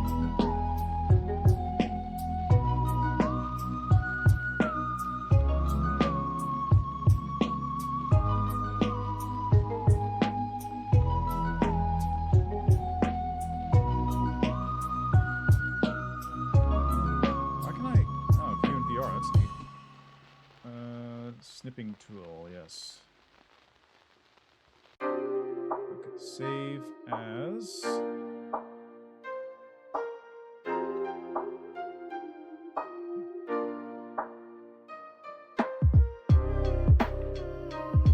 Okay, so we are going to make a new sprite here. Create sprite and cursor. Why am I doing this when I should be doing this? Import. Tomato. Yes. We're going to now change the size of this thing because it's going to be way too big if I have to deal with this. So I'm going to make it 64. 64. Apply. Good enough. Collision mask. Sure. Realistically, I'm going to adjust this later on and redraw it, but this is good enough for now. Now we're going to make object. We're going to call this object cursor. We're going to use the tomato sprite. So on create, visual. We're going to take the stuff from the apartment. I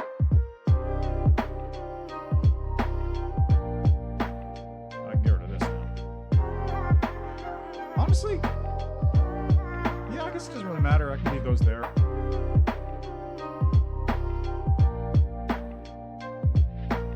Alright, step. Straight rip that out, put it into the step event here.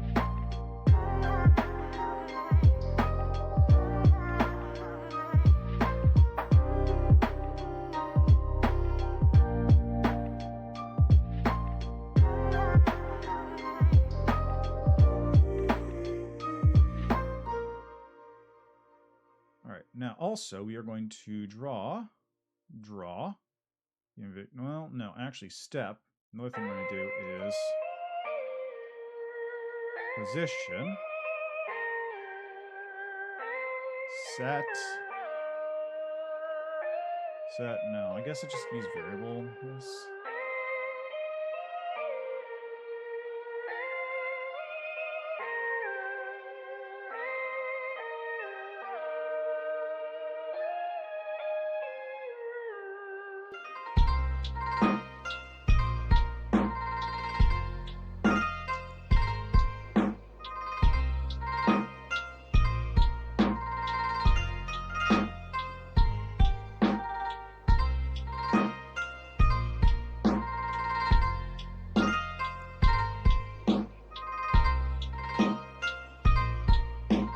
There we go.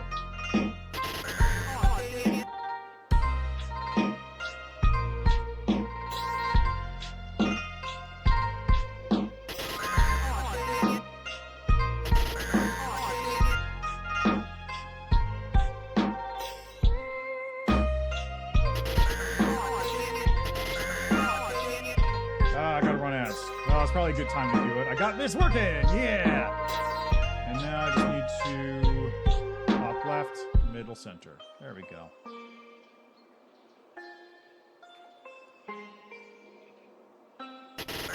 Anyway, if I was a cheap person, I could actually finish what I'm doing now, just going, yeah, we're done, and just like expand this more. But we're gonna go further. We're gonna go even further beyond. But I'm gonna be back in 3 minutes. So go feed and water yourself. I'll be back shortly.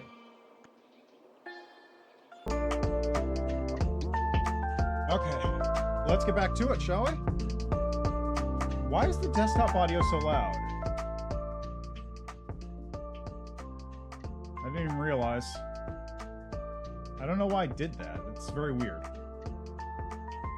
Oh, because I reset it. Of course. Okay, well now it should be less deafening. I don't think it was too bad anyway. Not that I was hearing myself because I don't have the monitor turned on.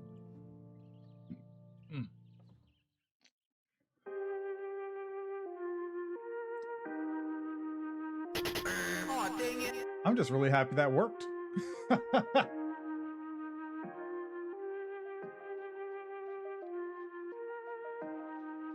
Okay. So object cursor, object department, coffee.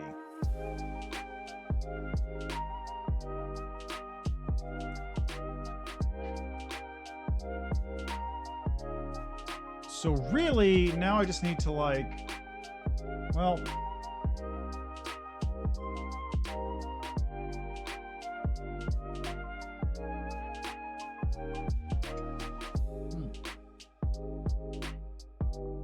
actually, now is the time to explain what I was doing with that object clock thing I made. So, the basic idea is that you have 4 things you can interact with. You can interact with a briefcase, coffee pot, a PC, or a toilet, right? But you have a clock on the side, which is telling you you have this much time left before you have to leave your apartment and go to work. So the clock is going to basically be displaying a 4-piece segmented bar. So actually, let's make a sprite right now for this. So, sprite. So, sprite clock segment. And then we're going to make a second one for sprite clock. So the sprite clock is going to be basically just a bar. So edit image. Nothing too crazy about it. We're basically just going to have like a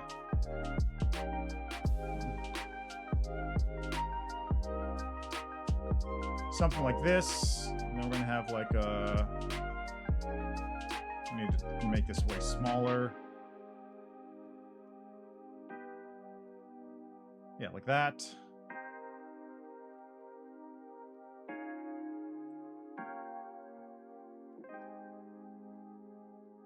So it's like this. Whoops, it's not wanted. There we go. So something like this, right? Oh, I forgot it's green, so it's actually green screened out. Why did I have green screen turned on? What? Okay, hold on a second. Let's fix that.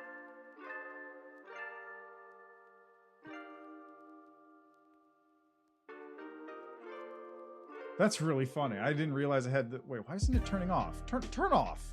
Filter. Color key. Yeah, I see it. Why is it still on?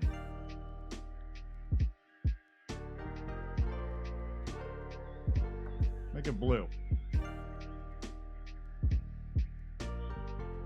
Why is it doing it? Oh.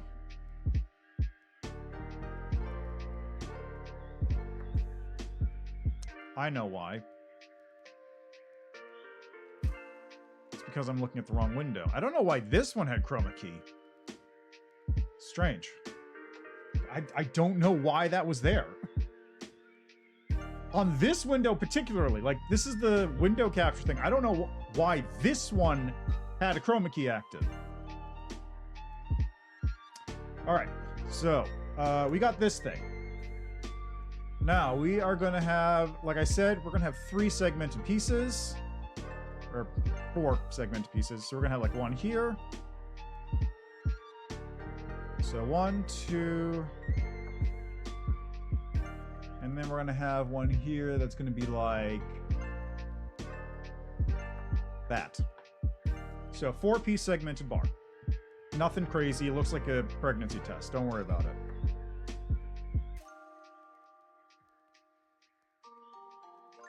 It looks awful. That's because it is. This is a temporary sprite that I will ideally fix up in a couple days. I'm getting a fancy new drawing tablet, so that'll be fun. Hey. Anyway, that's the clock. So each one of these segments is pretty small. It's like 1, 2, 3, 4, 5. Like, let's make it 10 by 10 or something. So clock segment, we're going to make this way smaller. We're going to say this is like 10 by 10. Something like that. It's going to be very tiny. So edit image. And we're just make this a nice neutral color. How about this? There you go. That's my segment. Why is it so big? I forgot to apply, that's why. Yeah, okay, yeah, whatever, it'll work.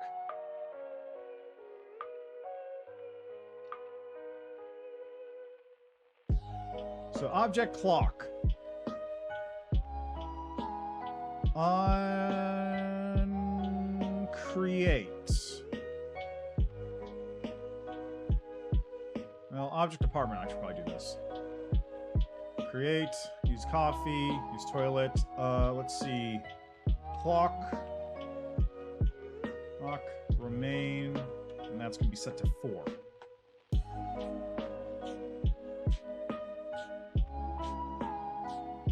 I should also create instance, object clock.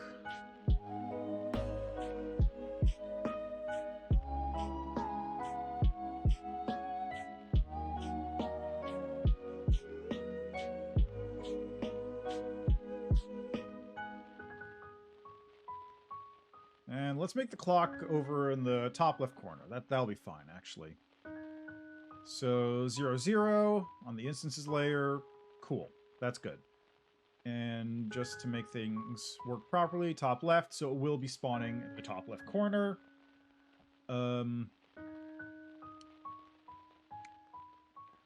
Sprite briefcase. Yes, okay. Okay, so object clock. Create. So when it creates, it is going to create, well, actually, no, it's not going to create anything. What it's going to do is it is going to draw 3 of these things. So it is going to draw sprite, 2, 3, 4. And actually, what do I do it this way?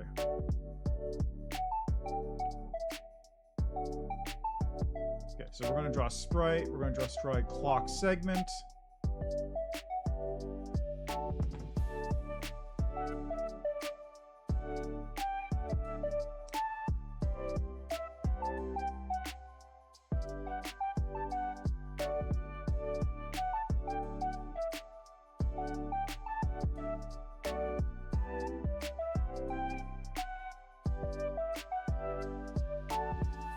Okay, so if clock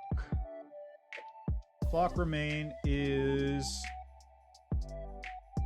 greater than or equal to 4, then it will draw this first segment, and we're going to put that at 0, 0. Because why not? I can fine-tune these locations later.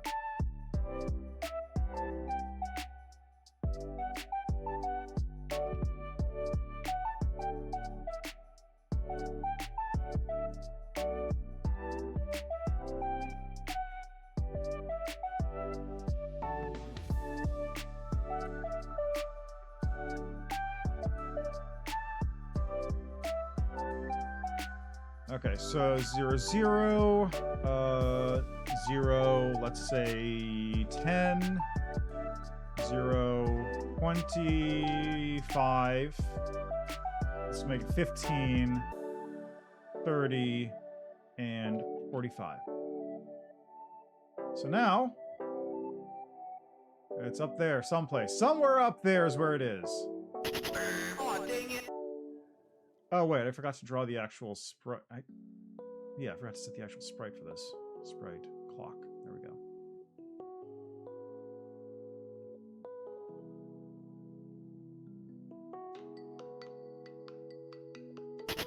Oh, dang it. Okay, let me position that in a not terrible location instead. So let's do 100, 100. And we're gonna make all these things relative. So I just have to move where they are relative to the actual object that's creating them.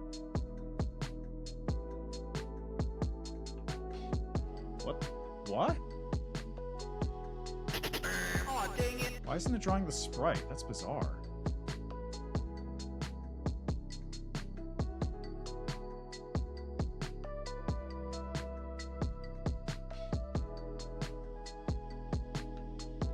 Okay, we're just gonna draw in that case.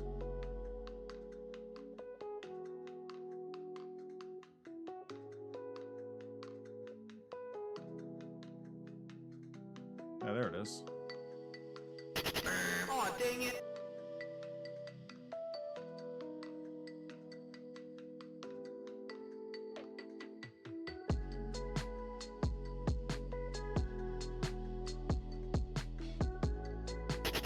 Oh, dang it. See, now it's off to the side, but I can fix that. I just need to move it over by, like, I don't know, 10?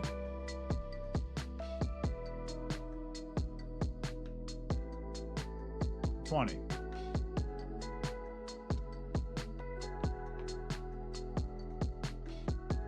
Close enough. Look at that. See? Oh, dang it.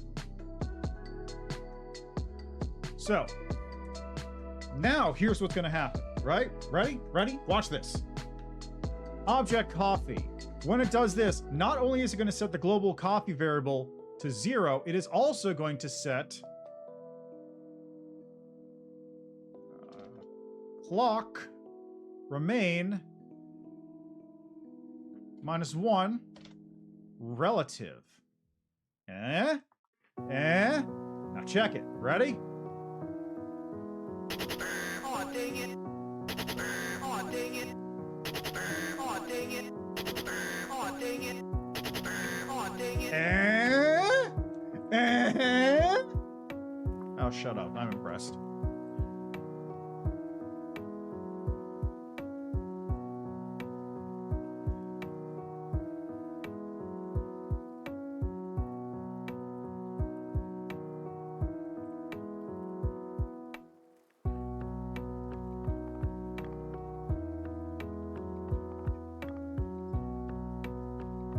Okay, now, there's another thing I need to set as well. We're gonna go to...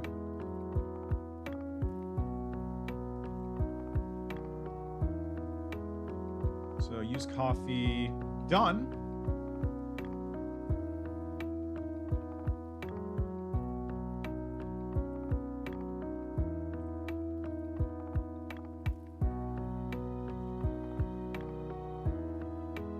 right? Because these are flags, these are global flags, and what we need to do is we need to have these here so I can set them to 1.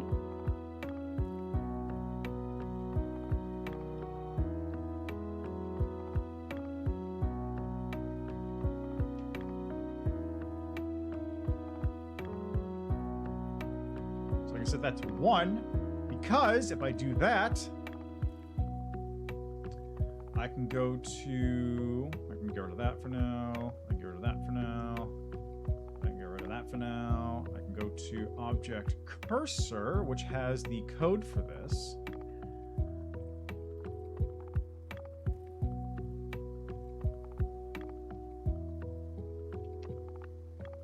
If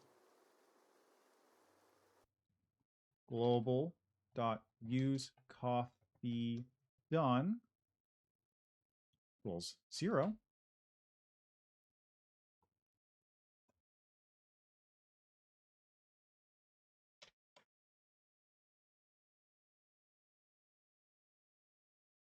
Should be able to just do that.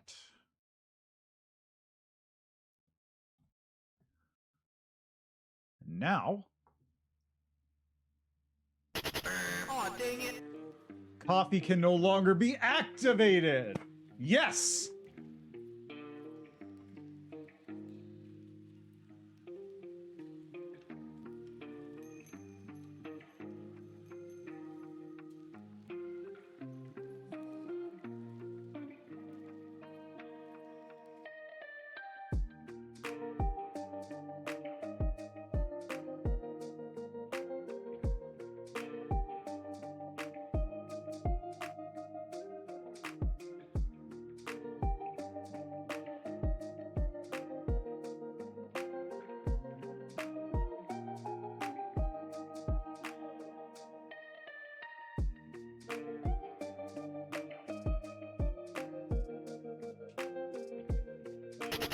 Aw, dang it.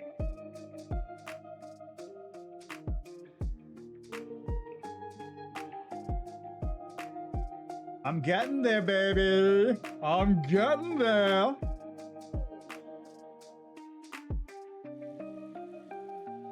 Now, of course, I mentioned I might not do point and click for everything. That's because I was considering mixing it up gameplay-wise. Like, technically speaking, will be the core gameplay, but there'll be like a mini game, sort of, in between, which will change things up.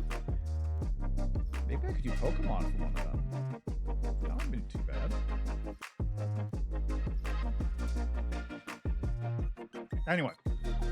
So that's the important part. The cursor is now done the thing it needs to do. So now I need to go into coffee, PC, not player, toilet, and briefcase. And I need to add basically this code right here.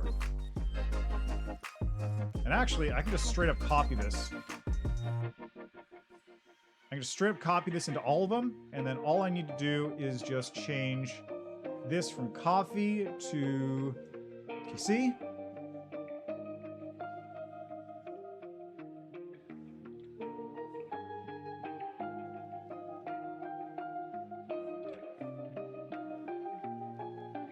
Okay, this one.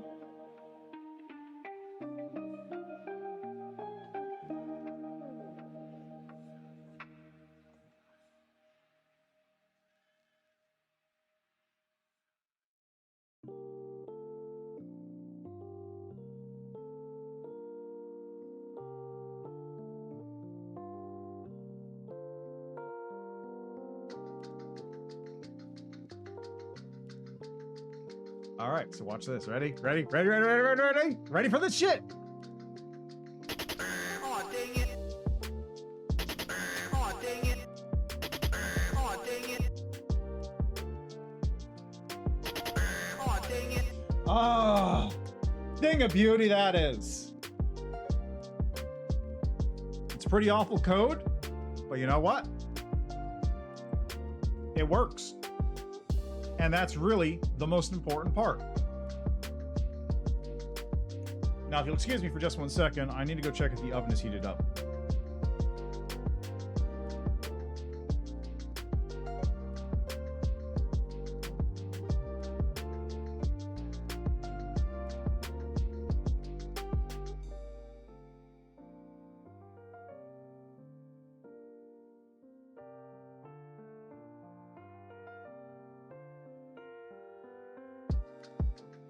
It turns out it was a very good thing I checked because the oven wasn't on.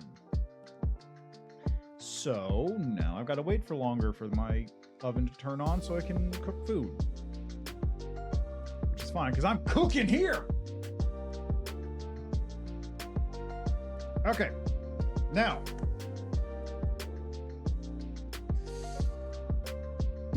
Now we get to the hard parts.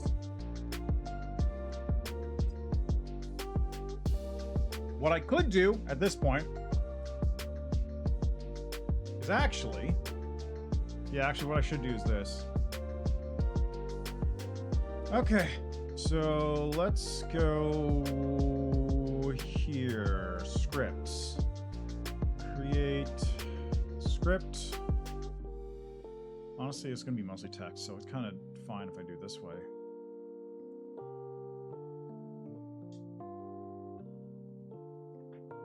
Okay, so when you normally think of a script, you think... Oh god, what is that noise? Anyway, when you normally think of a script in a game, in something like this, it's like, oh yeah, you're going to automate a bunch of functions.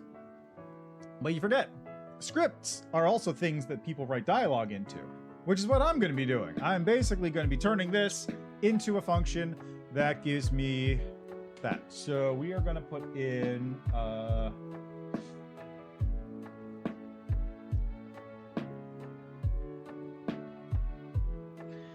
let's put in a string. So let's just put in, I don't know, object, used object. I don't know, does that work? So, I mean, I assume it will. I hope. It should.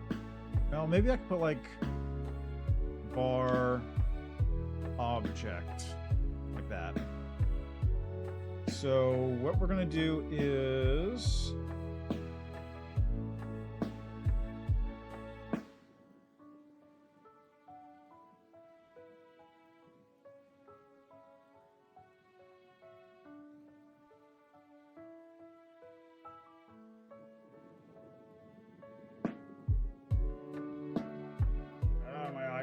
My eyes itch.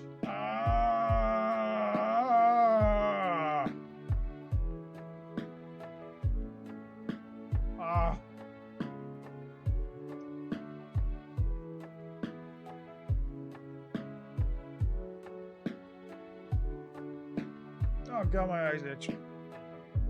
Okay. Okay. So what I believe, I can't remember this exactly, but what I should be able to do.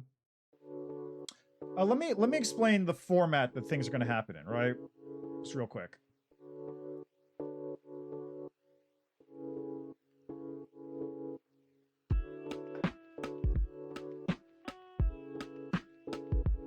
Okay, this thing broke everything. Good, great, cool. I didn't do anything with it, so it's fine. So here's what I'm planning, basically. When you interact with this, it does all that stuff, obviously. But also, what it's going to do is it's going to move you over to a new room. Rooms are... I mean, technically speaking, they are literal rooms a lot of the time.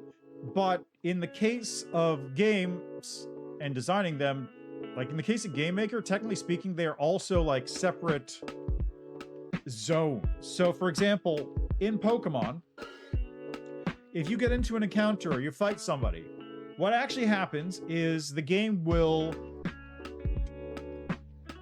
take you from your room, which is, let's say, the gym.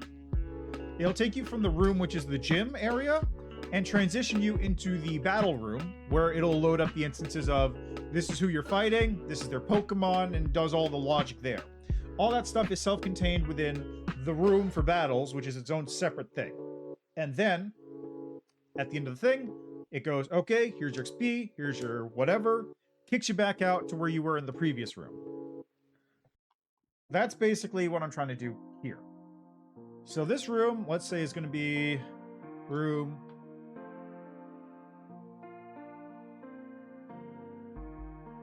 Hello? What was that about? Room, apartment, hop fee. So this will be the room, the sub-room from the apartment, which is when you've had coffee. And of course, what I could do is, after you do this, in addition to doing everything else, when the global variable is set for coffee to be used up, the coffee cup will be, like, empty, and the sprite will be replaced, or whatever. There's a lot of options. But here's what we're going to do here. We're going to make a object for this. Create object. Object.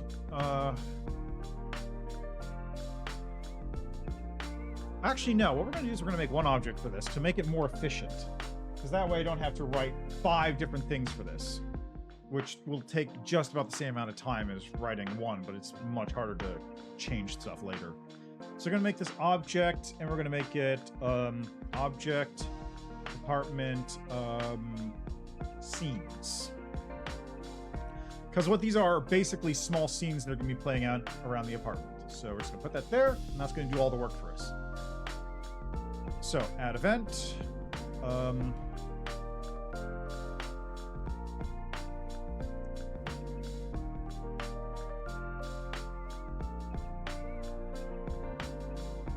What I can actually do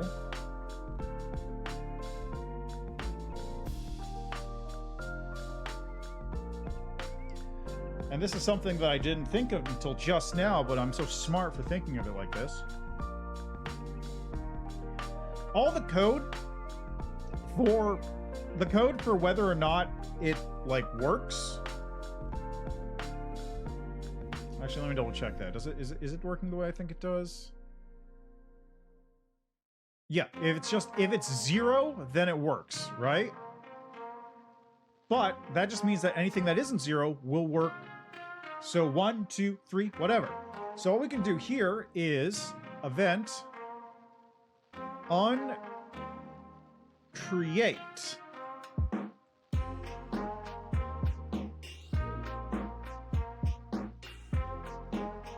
So what it'll do is it'll go here, it'll go do an if, well, really what I should do is a switch case. Well, no, it's ifs, it's multiple ifs. So if global dot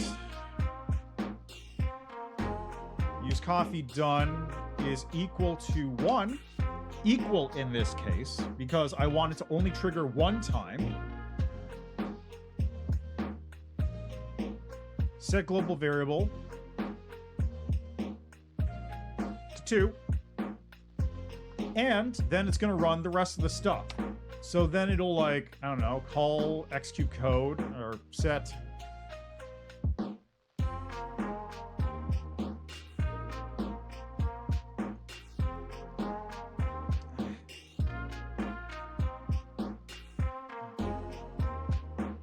I'll set this one to story mode. I'm just going to call it that. Actually, no, just mode. I don't think mode is a built-in... Yeah, no, it's not. It's not. Scene type. There. Less used than mode. So scene type will now get set to coffee.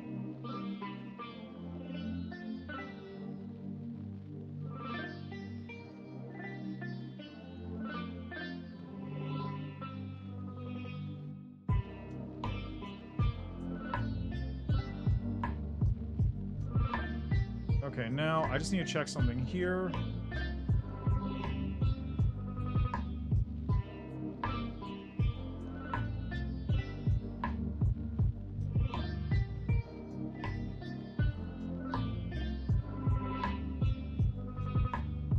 I need to read up on how to do scripts again.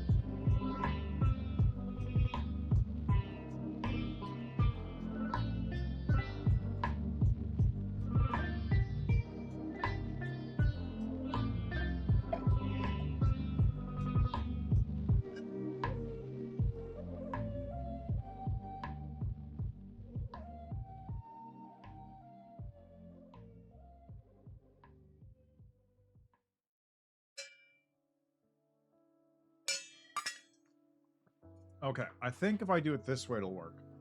So scripts. Great, we're gonna do this again. So general code. So it's gonna be script apartment.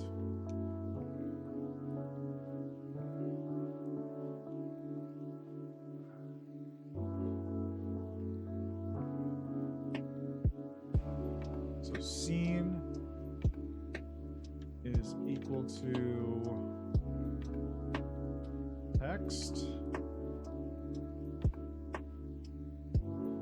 Because I want it to be a string.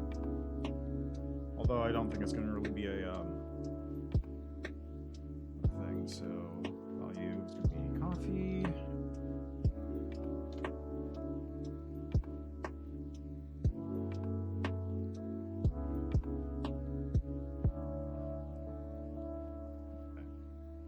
So, let's see here. If we go, if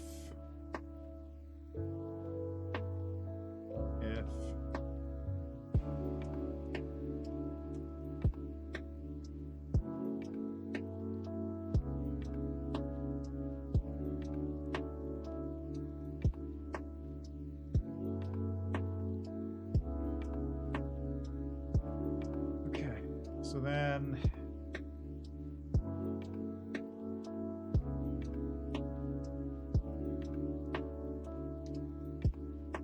I just gotta double check that this doesn't break anything just by having it in here. Aw, dang it. Perfect.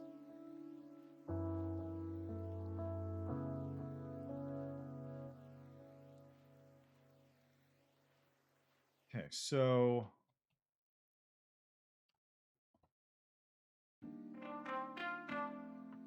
how do I return again?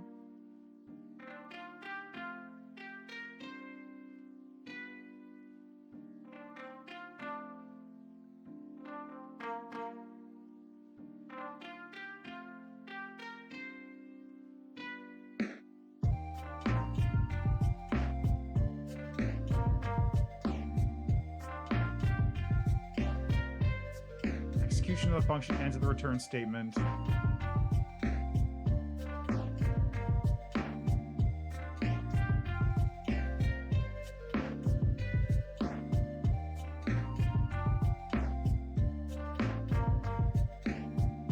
Okay.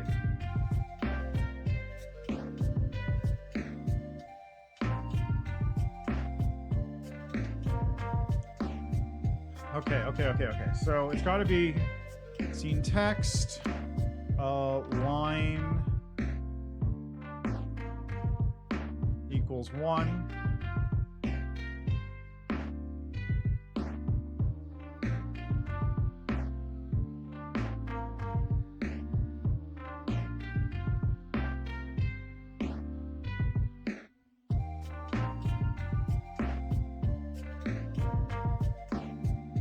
And we're going to do a function call here, which is, honestly, I should probably do it this way.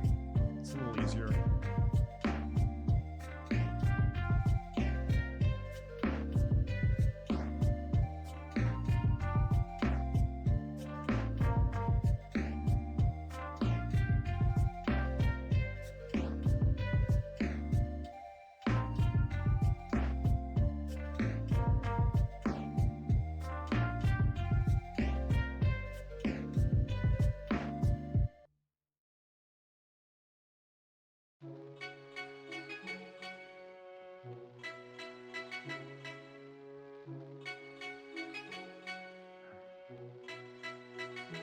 Okay, so now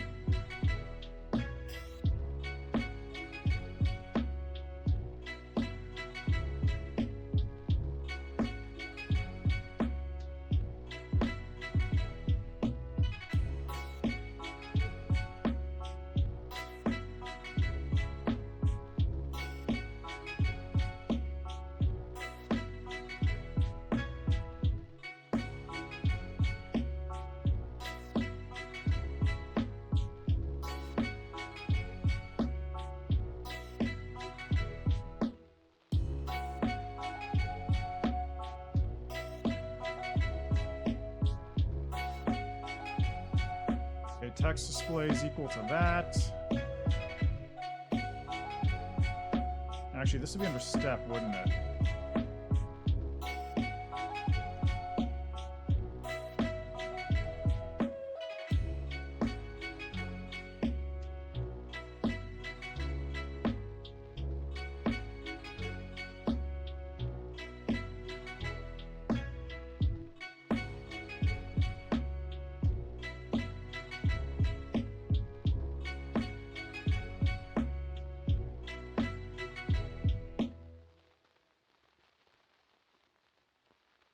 Okay, so text disp is that, and then draw GUI.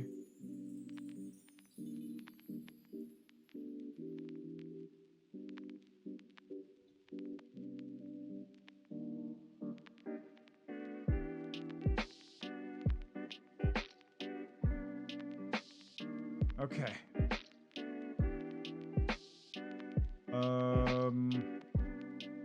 And then under coffee, I need to change the room to room. Well, it's not apartment coffee anymore. Now it's room apartment scenes.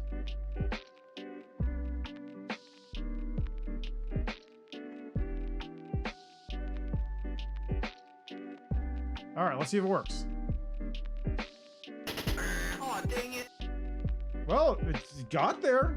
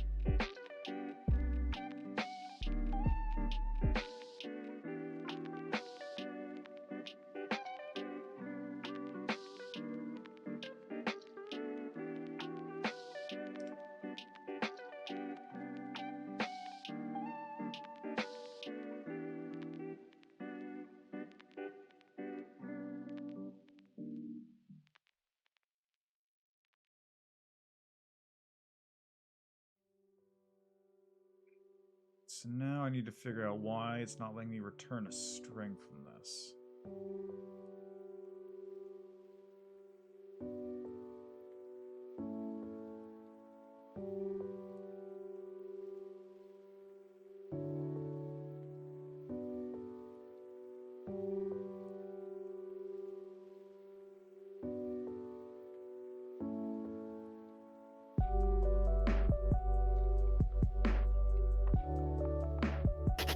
Aw, dang it.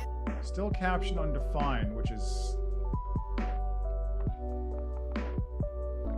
concerning.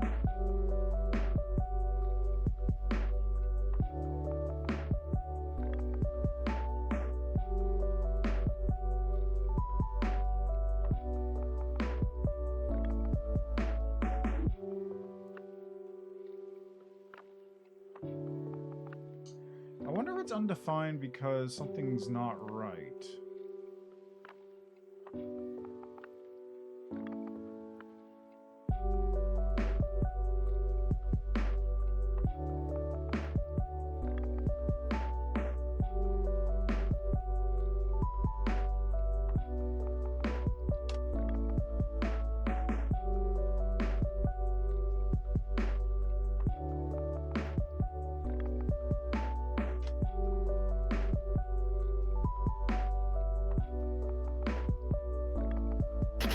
Aw, dang it.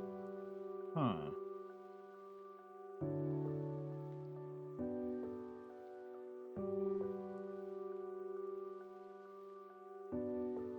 So why is it not returning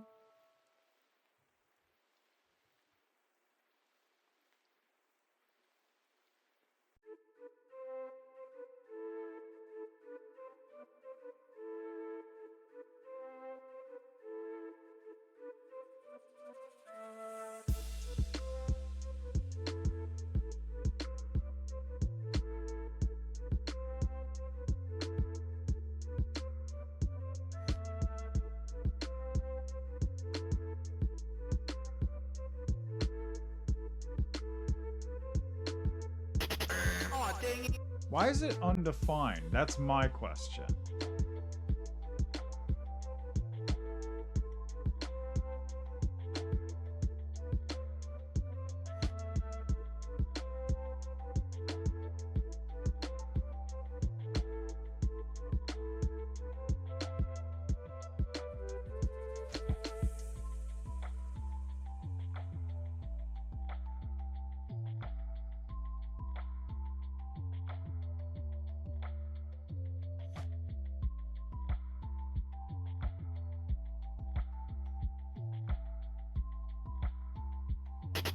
Aw, dang it. That's correct.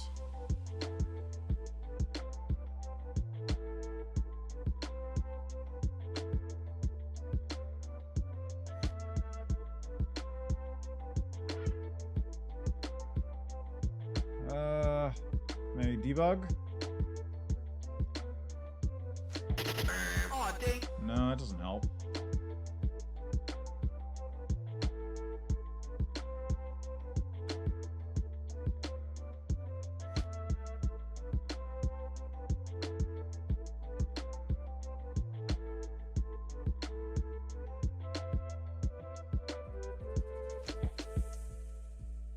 Hmm.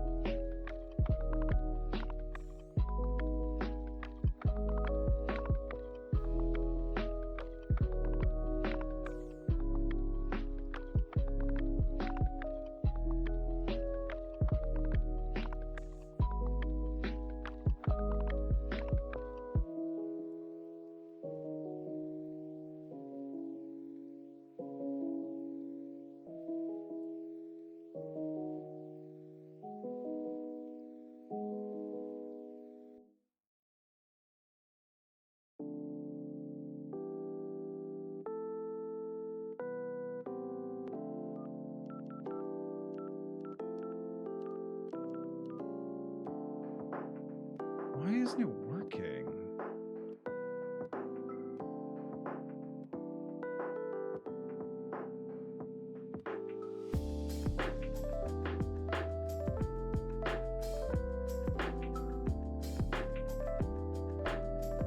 Oh, is it? Is it just that? Aw, dang it. Unknown object variable unknown object dot coffee with not set before reading it. Okay, so it's not that. It has to have the things.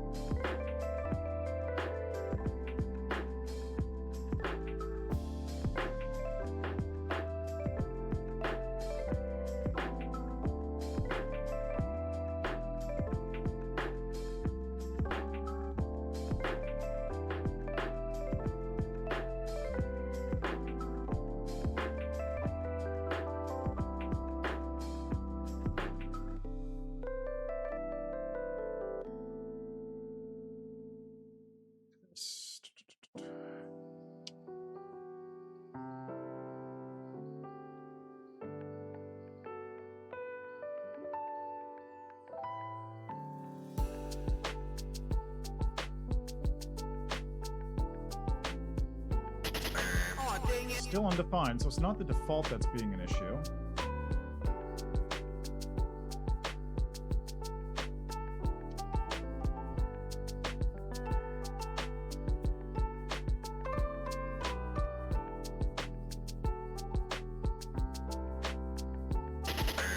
Nope, still undefined.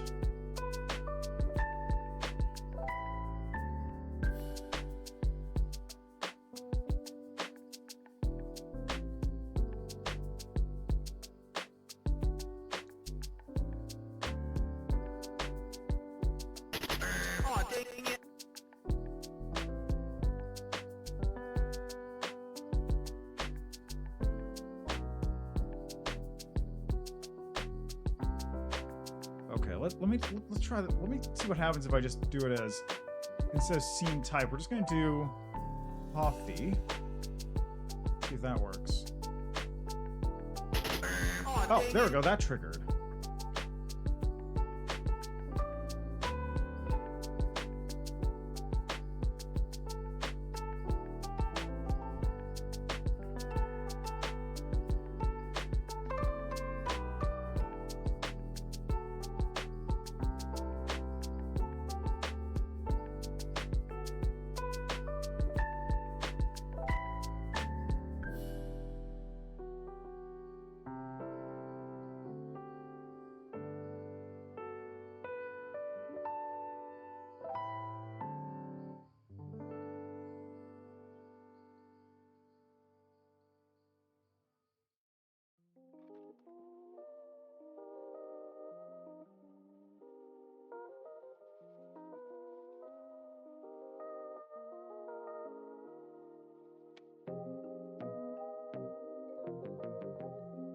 Wait. Oh! That's why!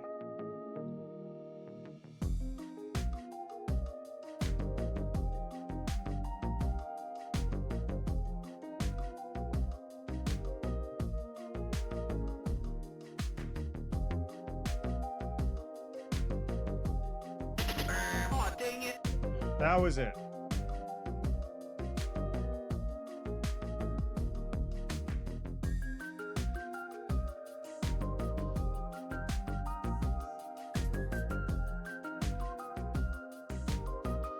Let's see, if I do this, does it still work?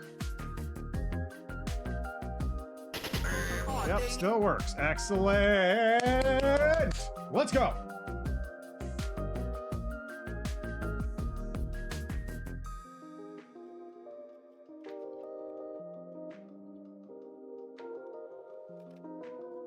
Let's just add that one as a good idea.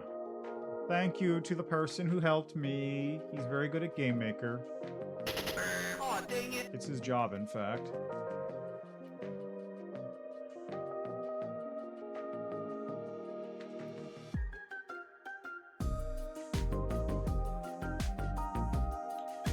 Okay, so now we got this, which means now we need to start incrementing this number right here. That's gotta be up to 1 or more.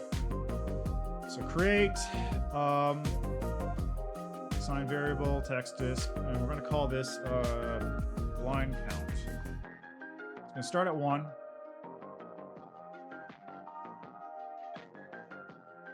Okay.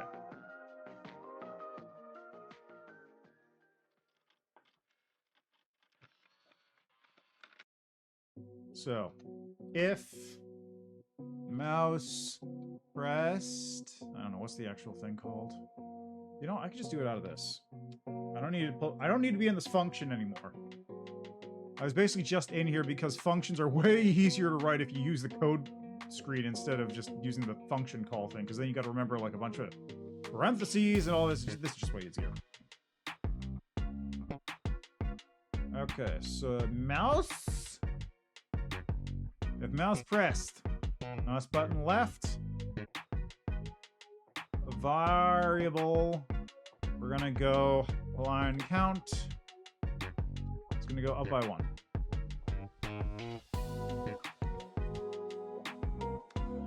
And then, if, okay, we're gonna do an if. if text disp is equal to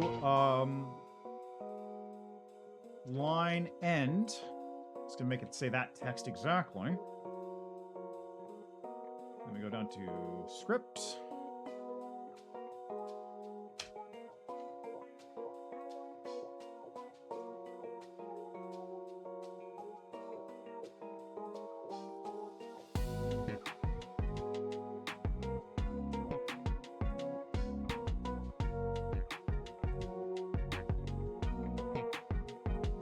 Okay, now watch this. Right. And also, I forgot. Room. Go to room. Go back to room. Apartment. Nope. Room. Apartment.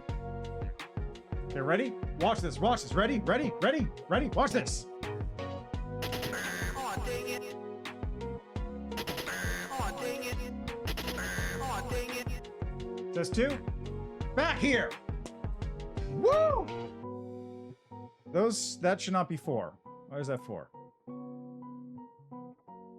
I know why it's 4. It's because it's on creation of this room instead of creation of the entire thing. Which is why what I should do is go to object apartment real quick. And we are just going to take all these global variables and we're just going to go right over to object inits and just add them right here. Because that makes way more sense.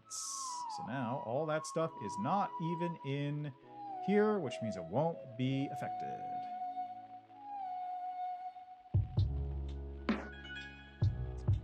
Ready? Watch this. Check this out. Ready? Boop. Aw, Test dang 1. Test 2.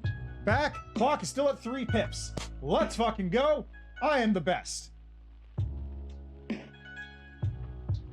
I say that knowing full well that people better than me are way out there, but also, you know what? I haven't touched GameMaker in like 2 years, so this is pretty good for me, okay? Okay. Now, that being said, I'll be back in a second because I need to go see if I can throw my pizza in the oven yet. So I'll be right back.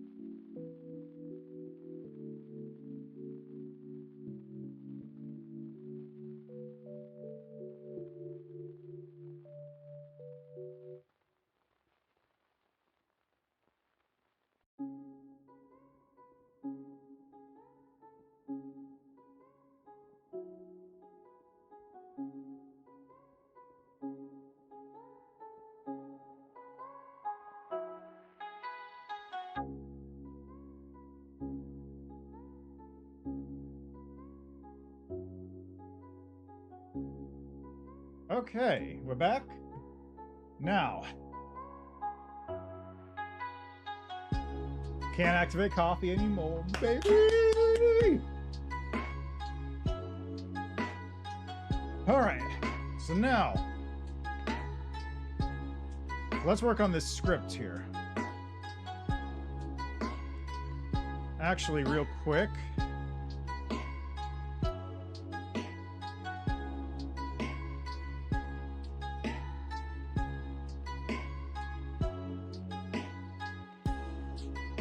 Right, that's the object department. I don't want that one. I want object department scenes. I probably should rename this.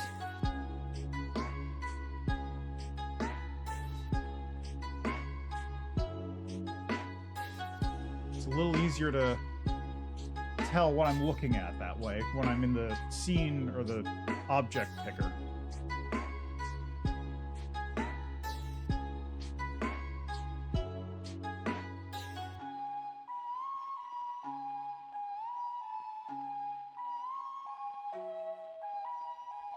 Is there a transition thing? No, probably not. That would be a thing you have to create.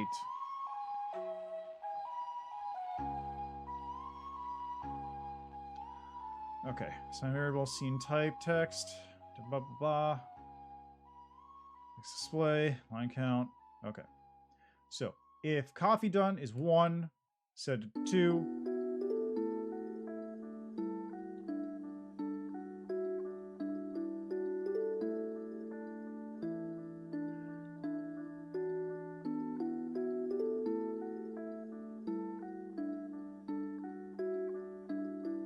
Alright, now we're going to do toilet.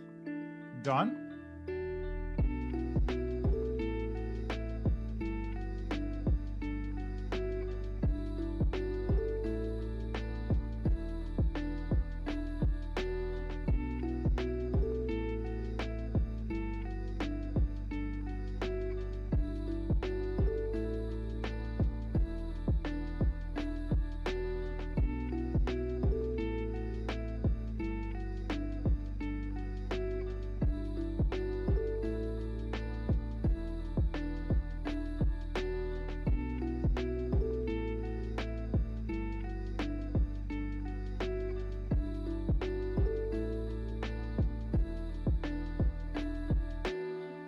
Alright, under step,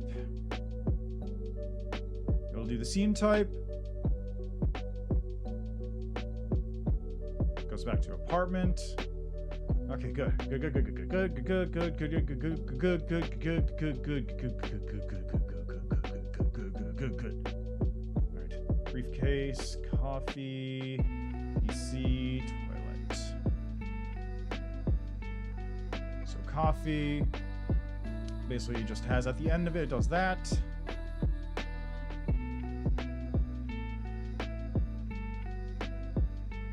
This is why I say, like, it's a lot of me.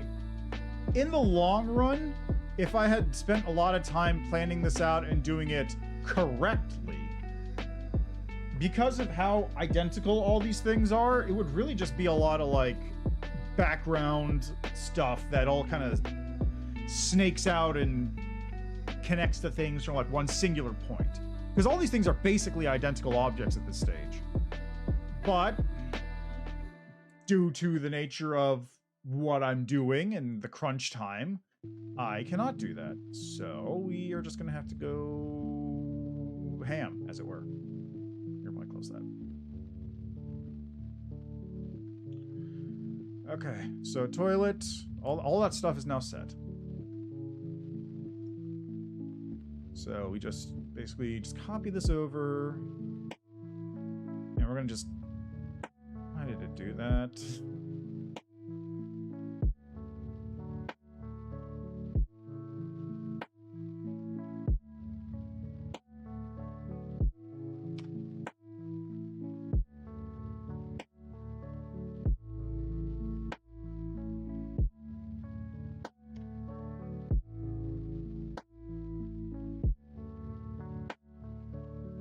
Oh, duh.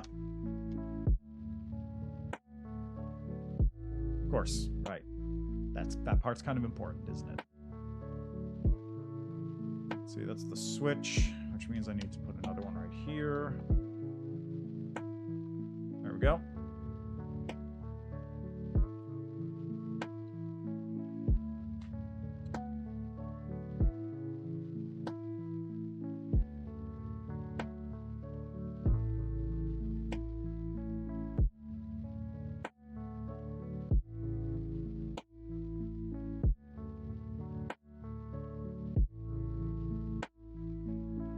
So coffee's all set.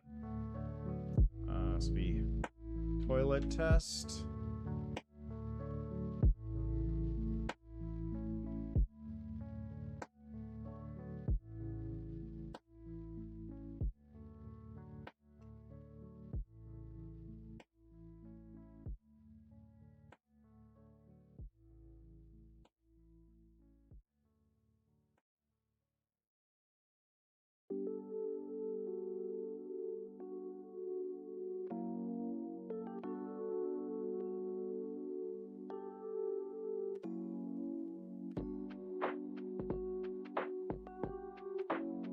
Look at that.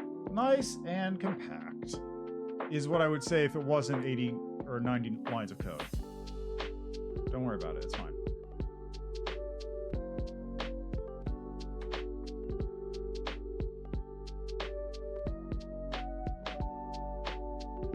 Alright, so now, coffee. Oh, dang it. PC. Oh, dang it. Briefcase. Oh, dang it. Toilet. Oh, dang it. Look at that. Look at that. Look at that. Look at that. I have now made a point-and-click adventure game. Of sorts.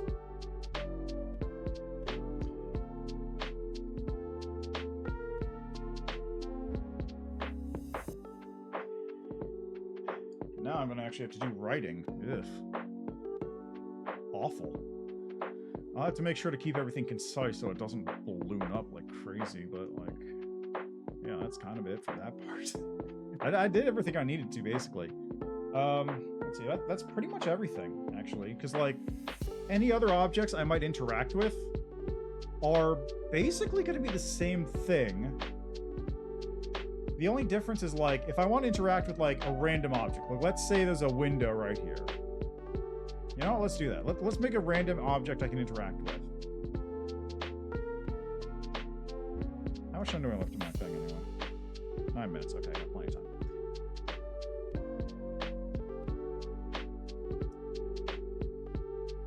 Perfect.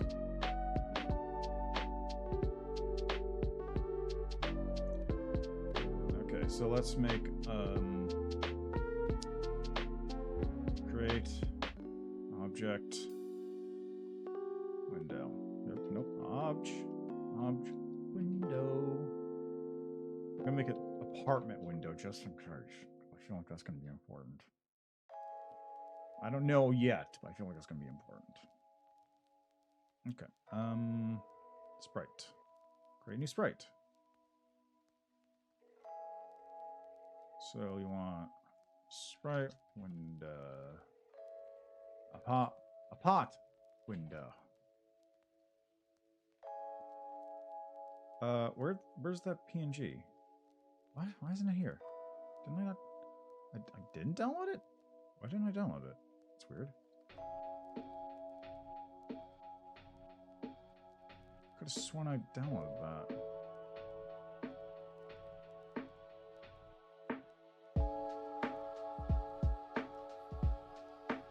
Yeah, there it is. Okay, so we got our window sprite. Oh, you can't see because the game's still open. Whoops. Alright, there we go. I got a window sprite. Glorious, isn't it?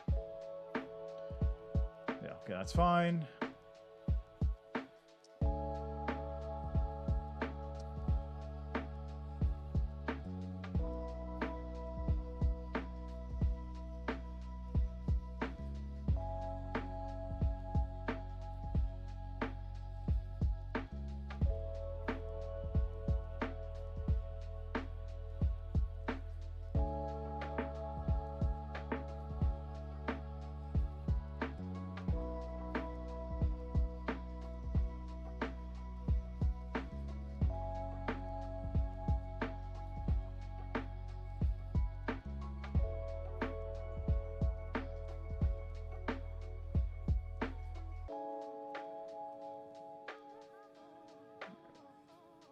Object window.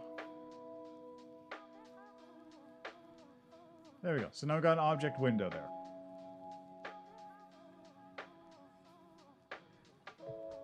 I wonder, no, actually, you know, that's probably a better way to do this. The global, I think I'll keep the global variables for those ones because those are big important ones. But what I can do here is if I go to object apartment and go step, or actually I can even just go to mouse. Oh, let's stick with step. And also I'll do a create. Assign variable is interactable. Set it to 0. So step.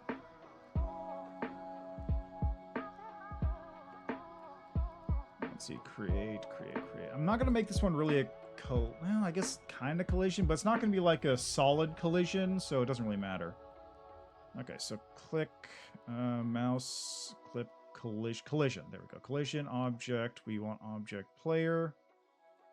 So if it hits the player, if is interactable is 1. Set is interactable back to 0. And then also I'll set like a thing that says like text disp, because that's not a global variable. I don't know why it's doing that. It definitely isn't a global variable, right? I didn't set it to be a global variable, I'm pretty sure, right? No, it's a local variable. Good. Then let's see, draw GUI, visual, text.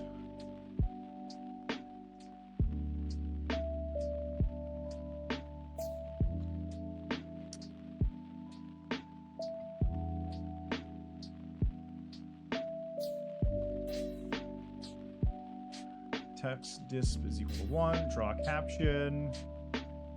I'm looking at a window, and we're going to draw it. Let's draw it like 200 down from the spread itself, and then step mouse. If mouse pressed, mouse on left.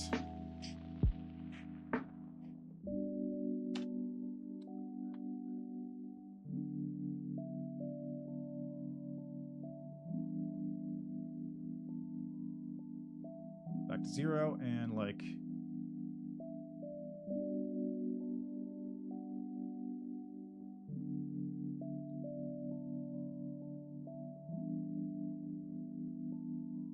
there. So now we do everything there. And now I just need to set is interactable, which is how did I do that again? It was cursor. Yes.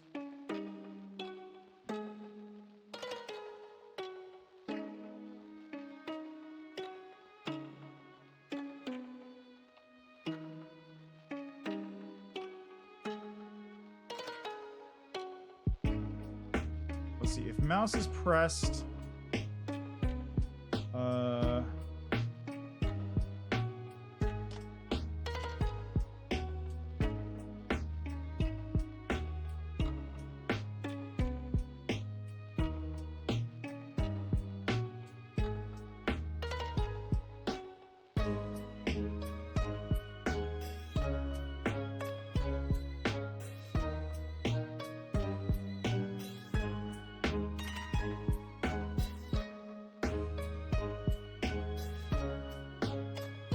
so it hits the cursor.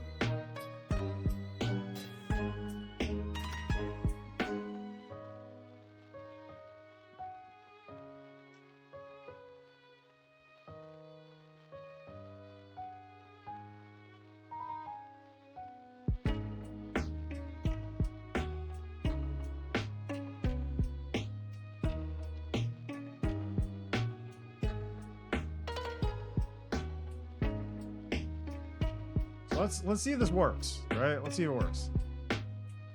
No. Variable.text not set before reading it in the window.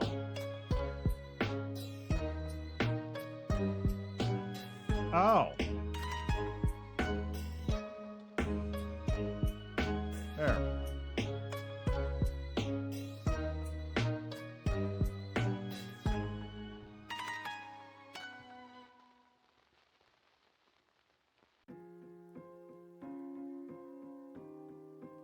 Okay, so it is not working.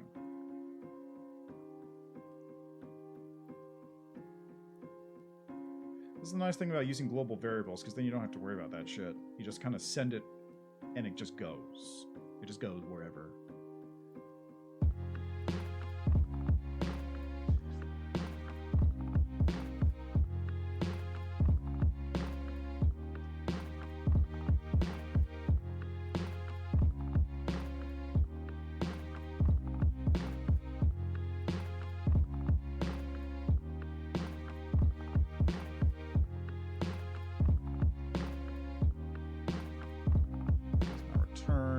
Collision.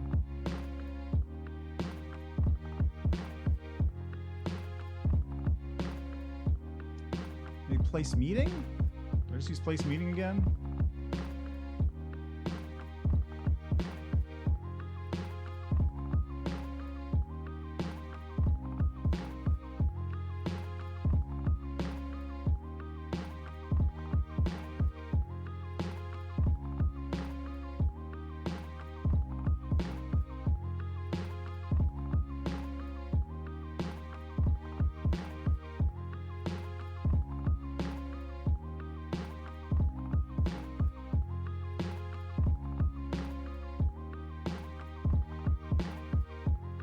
Let's see if place meeting works.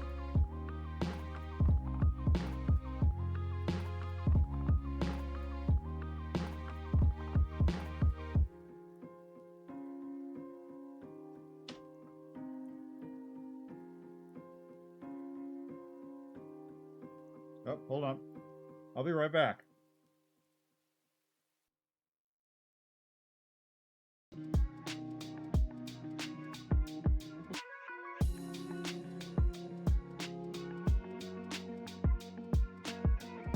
Alright, I'm back in with food. Okay, let's, before I take a bite, I'm gonna see if place meeting works. Oh, what the, am I on the wrong one? Okay, so...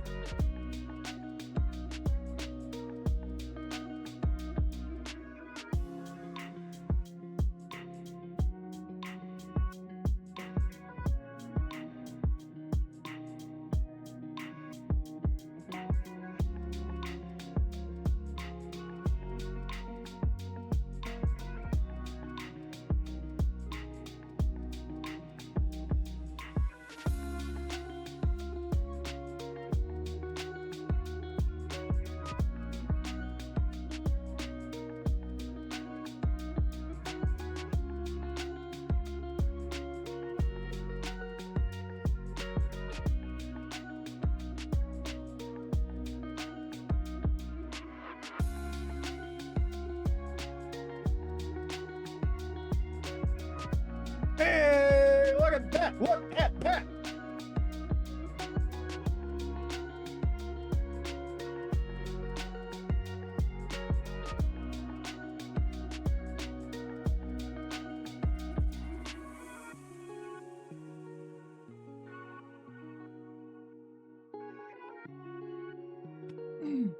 Oh, it's so good! It's so good! Oh man, I'm so happy about that. I'm actually really happy about that. Aw, dang it. And of course, since it's a regular item, I don't really care if it like goes on or off or not. Like that doesn't matter at all. All that matters is the other part. Anyway, yeah, I'm incredibly happy about that. And the best part is, I can just reuse that code on every other random piece of garbage on the ground. Wherever I want it. Anything. it just goes wherever I want. That's the kind of code that I'd love to reuse elsewhere. Anyway, we are going to take a little bit of a brain break. I've been threatening this for a minute now. So let's see here. Capture. I got food, so let's scran. Pepperoni pizza. You know, it's funny, when I woke up this morning, the first thing I said to myself was, you know, I should start trying to eat vegan a little bit. Not because I, like, want to be vegan or anything, but just, like, it seems healthy, healthier than I've been eating, and here I am eating a slice of pepperoni pizza. Hot. Ooh, hot, hot. Alright. So, if you're not familiar with Scrandle, Scrandle is like Wordle, in that it's a daily puzzle game, air quotes on puzzle, where you are looking at food from across the world in all sorts of sports stadiums, and you get to take a look and judge people on their terrible, terrible cooking ability and taste in food. For example, over there on the left from Brazil, we've got lemon cannoli for $1.20. Decent. I can go for that. It's fine. It's not great, but for $1.20, yeah, I'd go for that.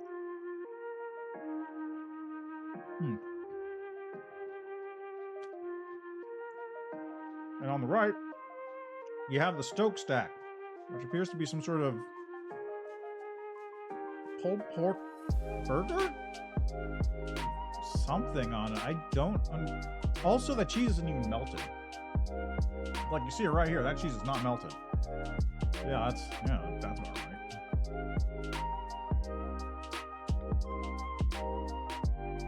Not to mention, that was $7. I got to wait. A chorizo sandwich. Oh, but this is in Spain, so that's actually good.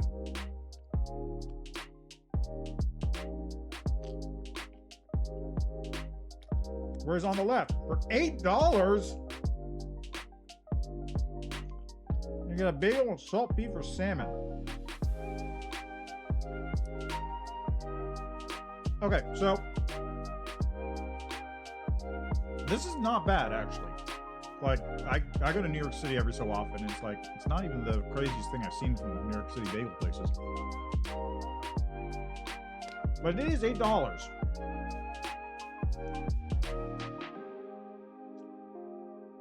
Now, the real question is, do you think Spain chorizo from Spain is worth $3.30? And also, do you think people are cultured enough to appreciate smoked salmon on a bagel? Or do you think they're going to be instantly disgusted by this? Or salt salmon, whatever. I'm going to err on the side of the chorizo. Ah, man! I knew it was probably the bagel, but I had to go for the chorizo.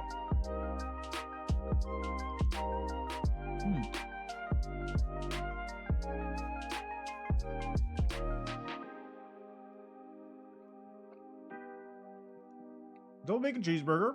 Looks pretty decent. Honestly, it looks like one of the better burgers they have on here. Those are pretty good chicken tenders, though. I mean, look at this. $12 is a lot. That is a lot of money for tenders.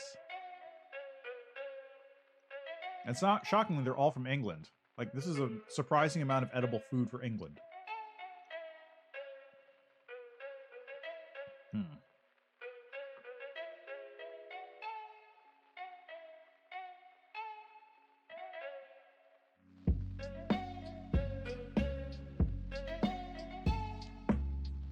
Yeah, just a shout out.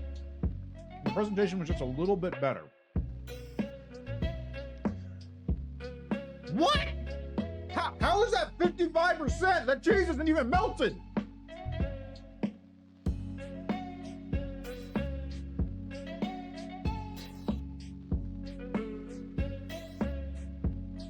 Oh. Bacon and egg roll easy. I mean, look at this. Philly cheesesteak made in England. Immediately suspicious. Cheese isn't melted. That is some honestly pretty reasonable looking meat for a Philly cheesesteak. But like, that cheese is a killer. It's more expensive, and it's made in England, so I don't trust a Philly cheesesteak from England. This, bacon, egg, decent looking bread, pretty reasonable, $3.30. 11, wow, that's actually worse than I thought it was going to be.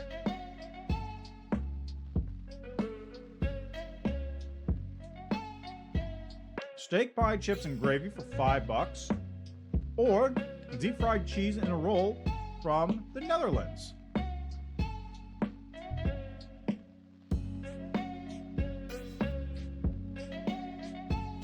Honestly, those are some good looking fries. I'll fuck with that. I'll kind of go for that. But it is more expensive. It is also very messy. The pies are usually a detriment on these things.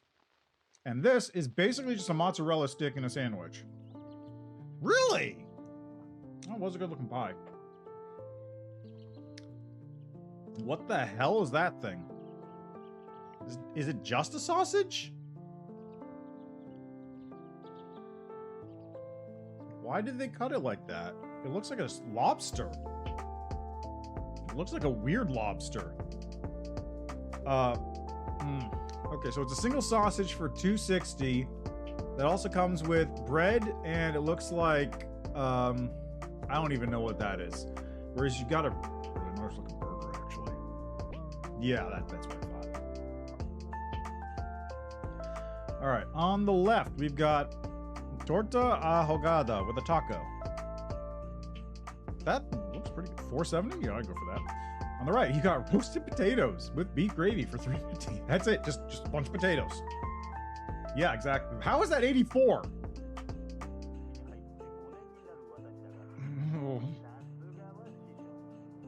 This is an easy one. Scotland cannot do hamburgers. Scotland should not be allowed to do hamburgers. They should have every burger place in their vicinity removed for this crime. This is disgusting. As a proud American burger lover, I have to say, I do not ever want to consider Scotland ever again after seeing this burger. These chili cheese chips, though? Pretty decent. I mean, look at this. You got melted cheese, you got like a little bit of meat and sauce in there, you got the fries. It looks like they're actually holding their shape despite the liquid, which is impressive. 6! Alright, from Portsmouth, we've got Yorkshire pudding wrap. I mean, is that like just kind of, what is that, potato? You got like some kind of beef stew going there, and it's just like, is it kind of wrapped up in this thing, I guess? They unwrap it for this picture? Like, what's going on with that? Why is my emote only chat on? I forgot to turn it off last time, that's why.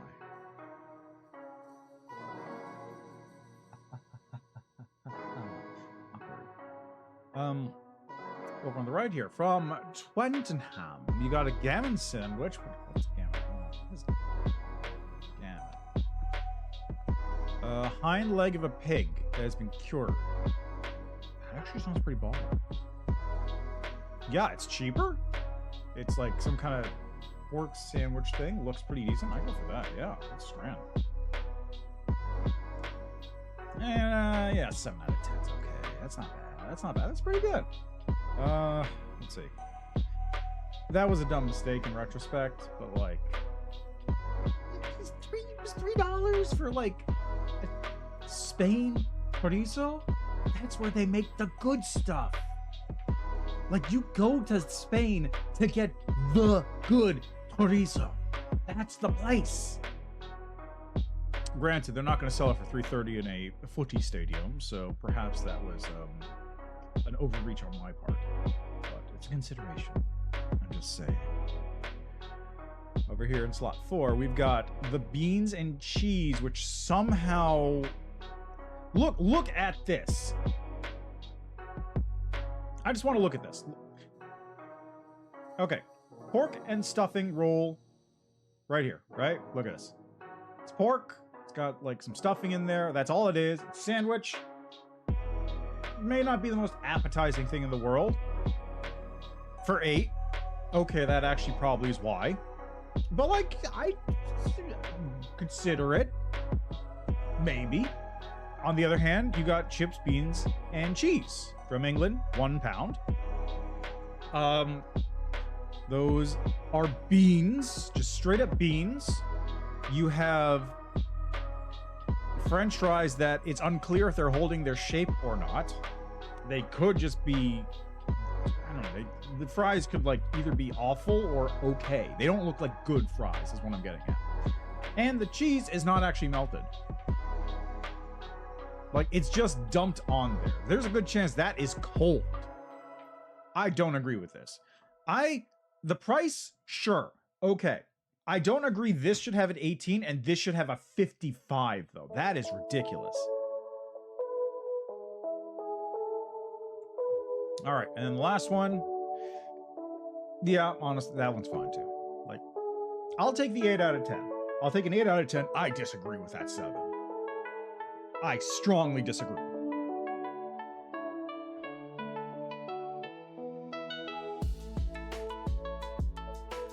Anyway, that's Scrandle. That's all I wanted.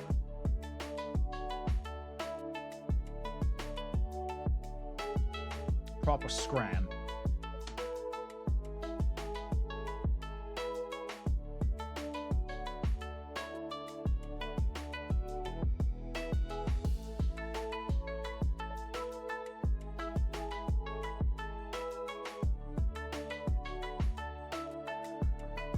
All right.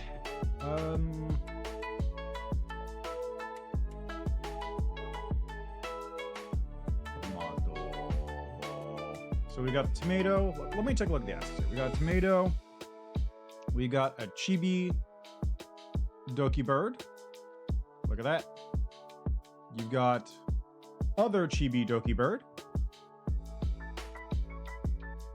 You have doki bird as a crow form. We have the dragoons. We have a Meidominto wisp.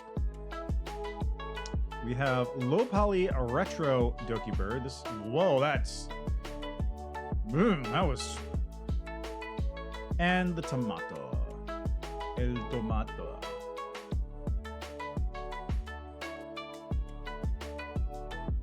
Yeah, lots to work with. Turn this off. Wait, no, I want to keep that on and change it back over. Yes. There we go. All right.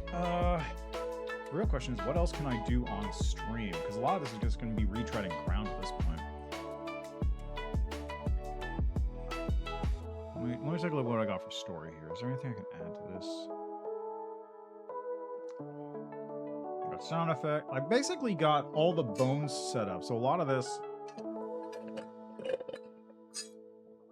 like a lot of the stuff I just did is bones. I set everything up so that things will be relatively easy to slot in later. The problem is that right now what I'm missing is the next step. I have this start section pretty solidified. The middle section is kind of nebulous, and then the end section is kind of, I wouldn't say solidified, but I have a general idea of what I'm doing with the ending. But this first section is like, I knew what was going into it because it's very simple. It's just, you get to pick your things, you get to do the thing. And then, depending on what you pick, you get a different route, and there's a bunch of them. Which means, of course, that the next part's going to be the tricky part. But as for the actual route bit, I don't actually have much of that planned out.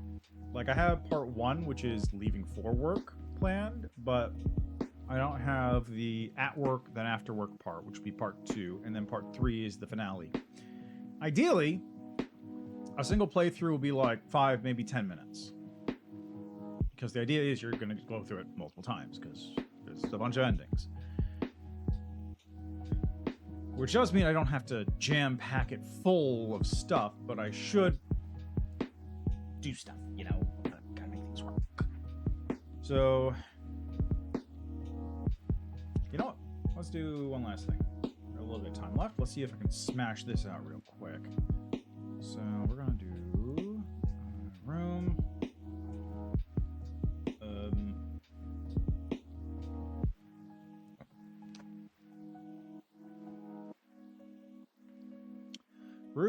boss battle. Now that's an ominous phrase. Well, it's not actually the boss. It's just the little intern section here. So we'll just do that. Put that there.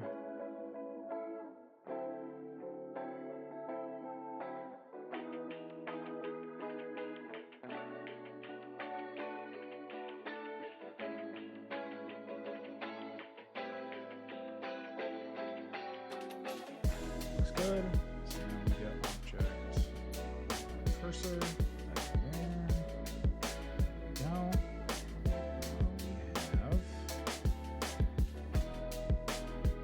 have what object player? No, actually, I don't want object player. Make object.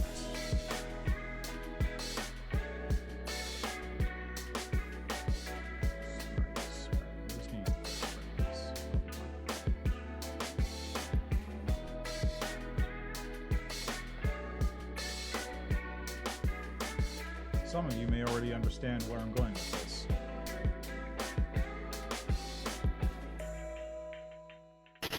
Aw, dang it.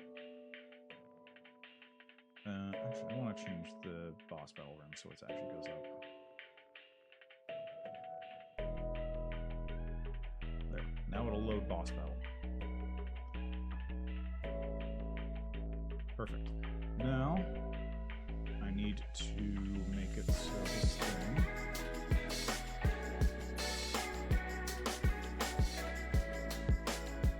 I don't see this. Let's duplicate this. A special one just for this room, so I don't have that behavior interfering in the main sections.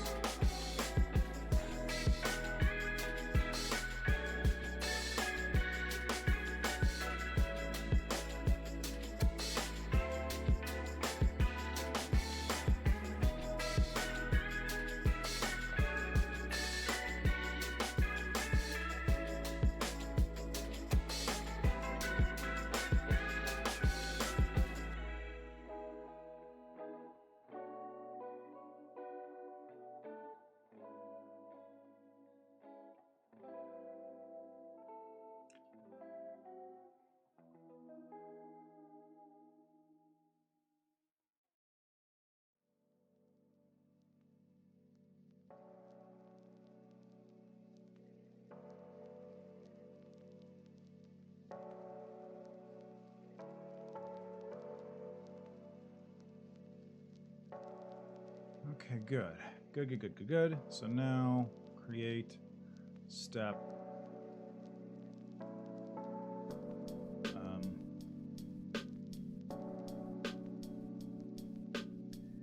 How do I do this? It's really easy if you're not using a mouse. But if you are using a mouse, it makes them a lot harder. What?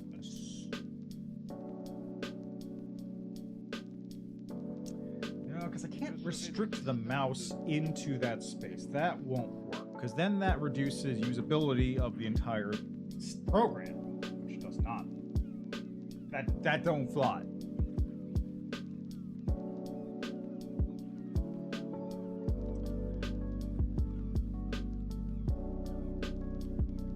I can probably get rid of this code entirely.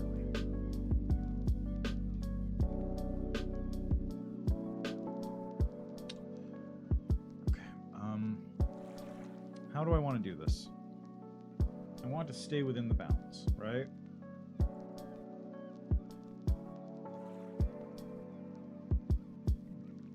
Actually, really what I wanted to do is I don't want it to go to mouse X and mouse Y. That's actually incorrect. Why is this relative? It should be relative. Is it relative in the other one? No, it's not. It was just relative there for some reason. Must have clicked.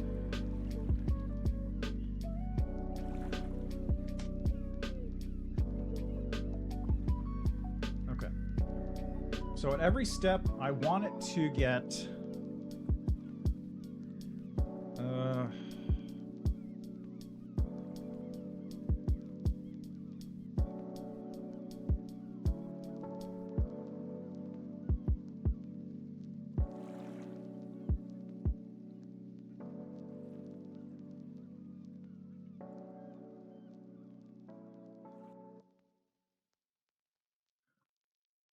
So every step it's going to do that, and we're going to do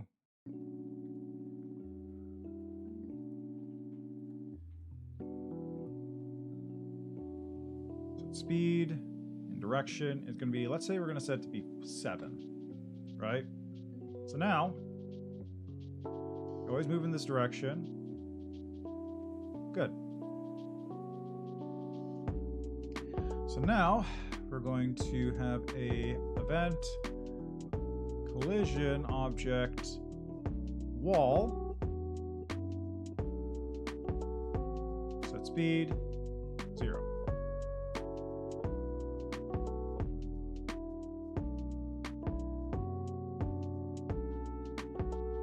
Perfect. Now our tomato is trapped in the box. Just like that. Okay, what I'm gonna do also is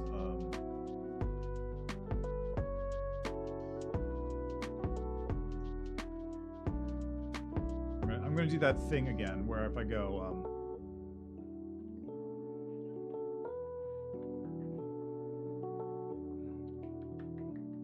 let me just pull it out from it's from the player object.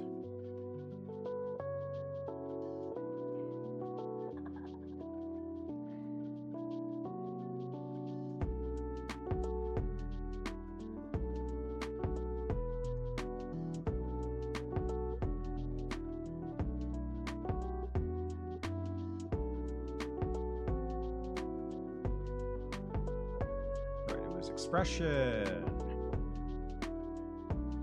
If expression is greater than 50, make it 7. If it's less than 50, make it 5. And it's less than 10, make it 0.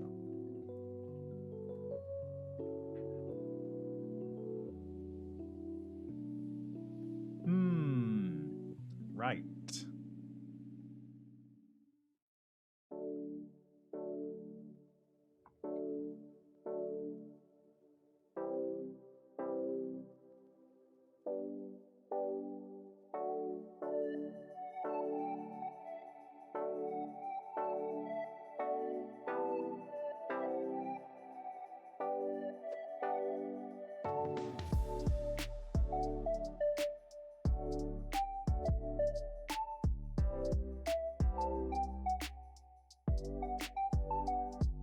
Much better.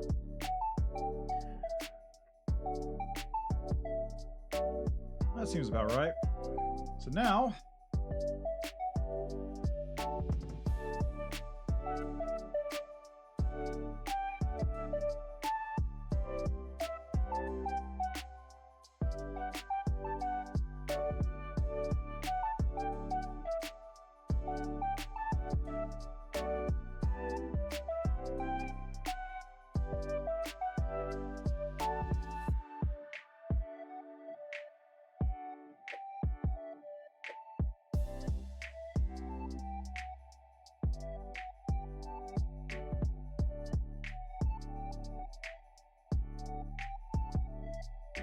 we're just going to use this for a moment. It'll be fine. It doesn't really matter.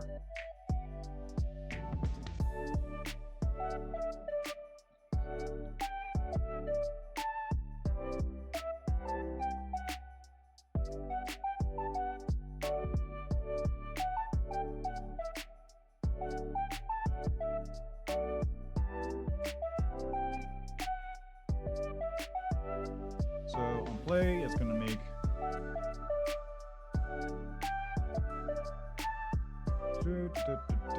sound test. Perfect.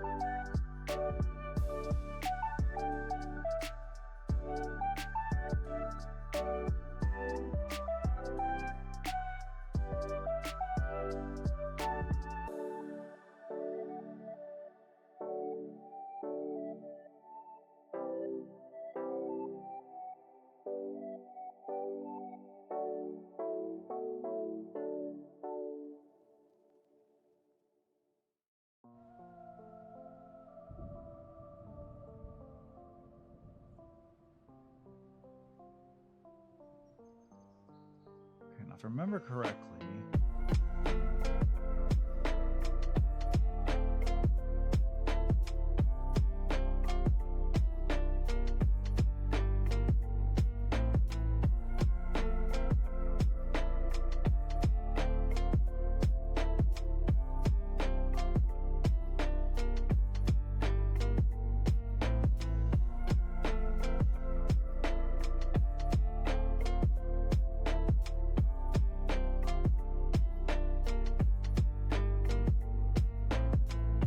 there's ways to do this on the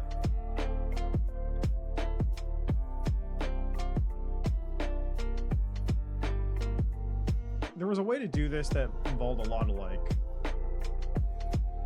basically creation code stuff.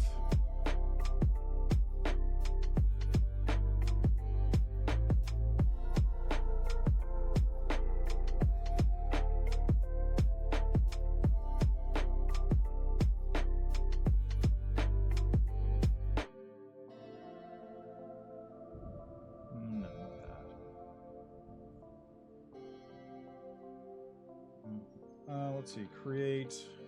I don't remember exactly how to do this. Let me see how do I do this. How do I do this? How do I do this?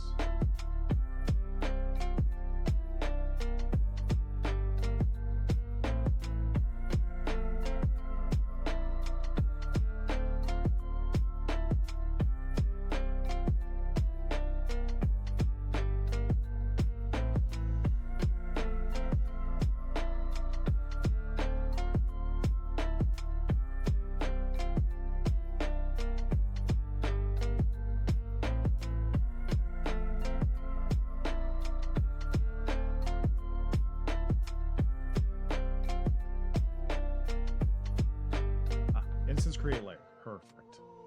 So, instance create layer. Okay, so you do this, and then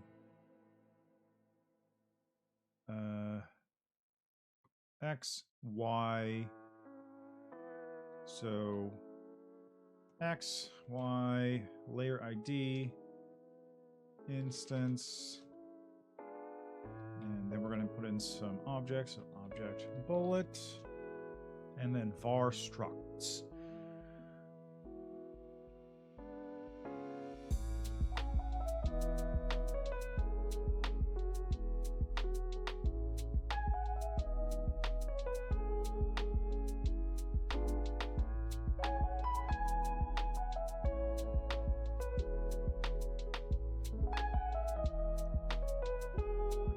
Try doing this. So var bull it.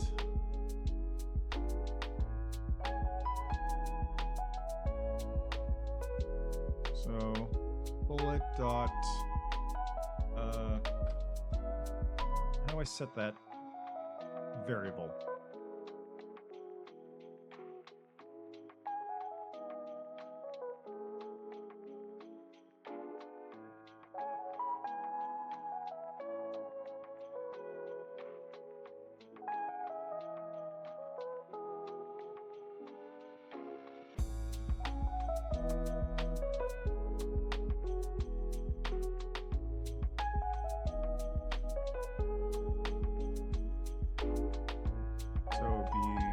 Direction, bullet dot direction equal to point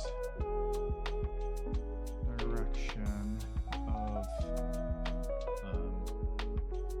X, Y,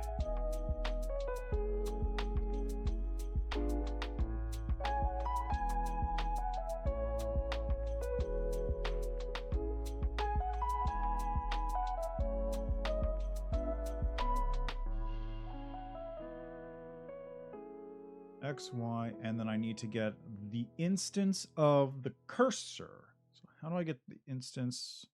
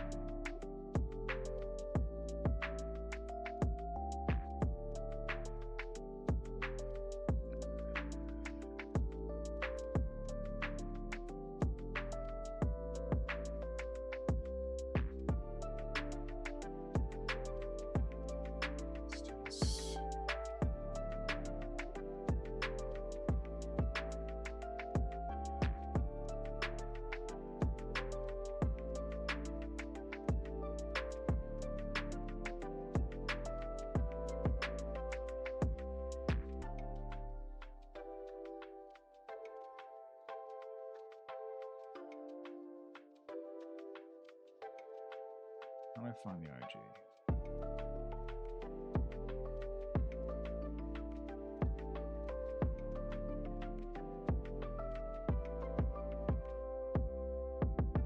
Instance find? Is that what I want?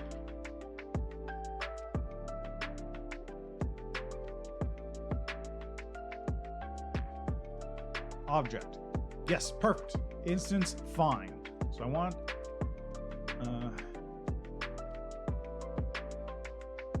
so var cursor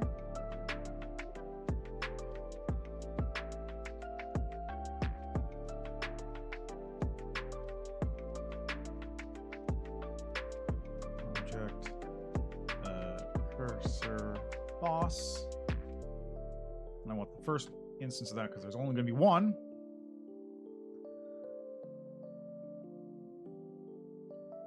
Does it start at 0 or does it start at 1? It starts at 0. Okay. So 0 cursor.x cursor.y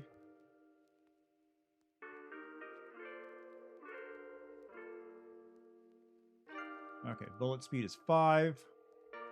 Or no, it's wrong. There, bullet.speed is 5. Right, I need to have an alarm set up to actually activate. So, let's do step if, let's say if I press space. Space, perfect. Alarm.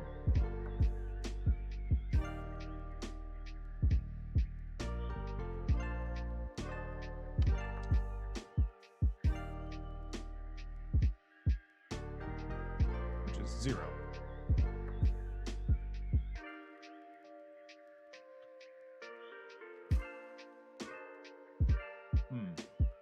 I don't know if that's the right thing. It's not. Because I actually want to go into... Where is it? I know there's a user-defined thing in here.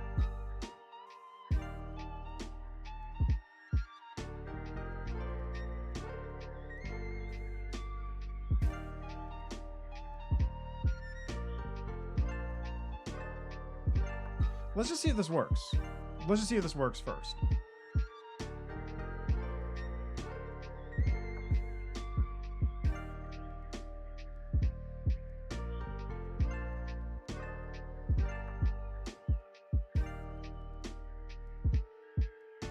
So it should be spawning specified layer instance. It's instances.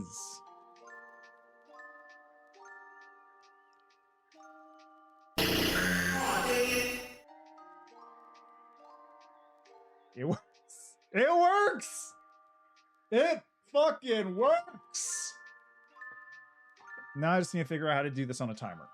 Is that what alarms are?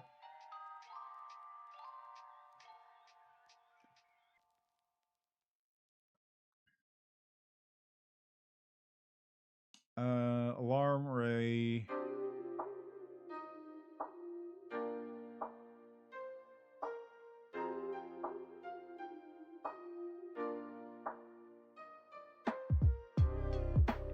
Set alarm countdown when it reaches 0. Okay. Okay. So what I can do is I should make an alarm again. Where's the user-defined field? I know there is a user-defined thing in here, but I don't remember where it is. Where is it? User events. There they are. Forgot.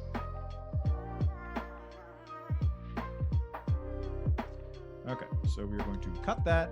We are going to create an alarm. Alarm 0. Paste. There we go. All right, now on the create, what we're going to do here is we're going to alarm, set an alarm every 30. I assume that's 30 seconds, but it might be 30 milliseconds. We'll find out very fast. And then in here, we're going to set alarm countdown for 0 for 30 again. So now,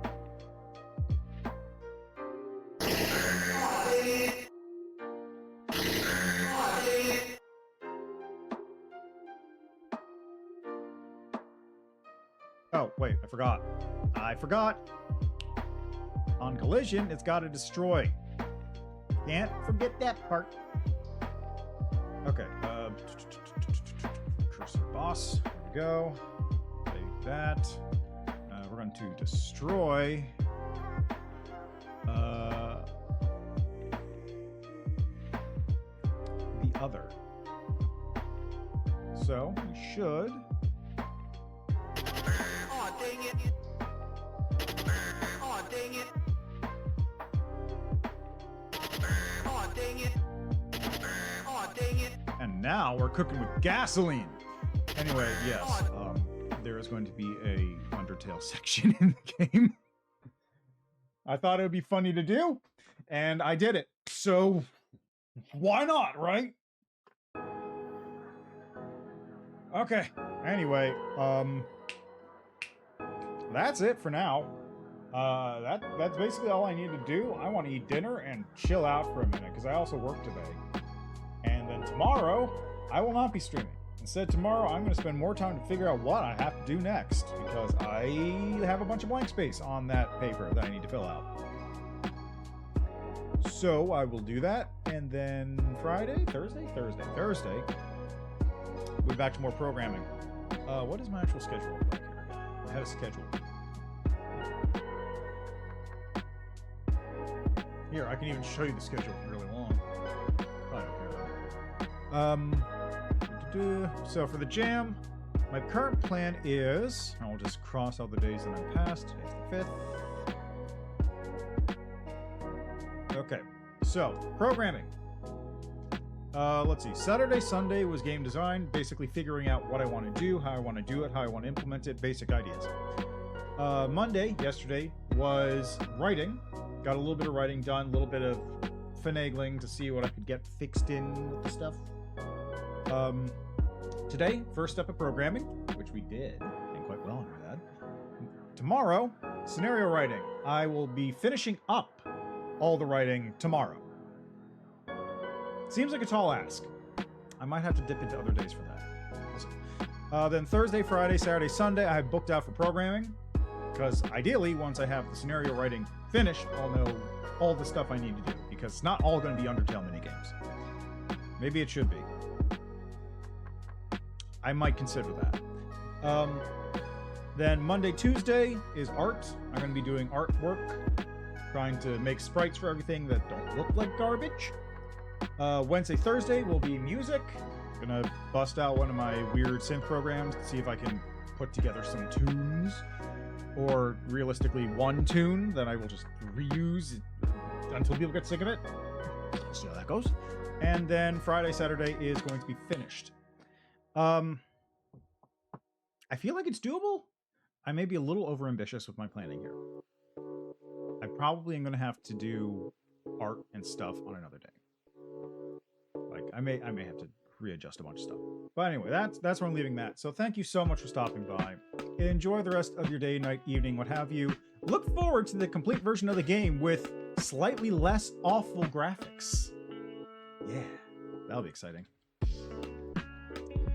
Now let's see here. Anything?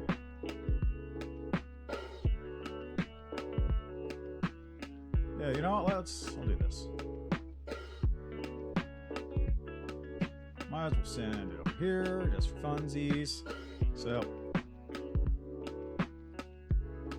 thanks for joining in. I will see you next time for more programming, really. I'm going to do all the writing off stream. I don't feel like doing writing on stream. That seems boring. Some people will probably into it, though. All right, bye!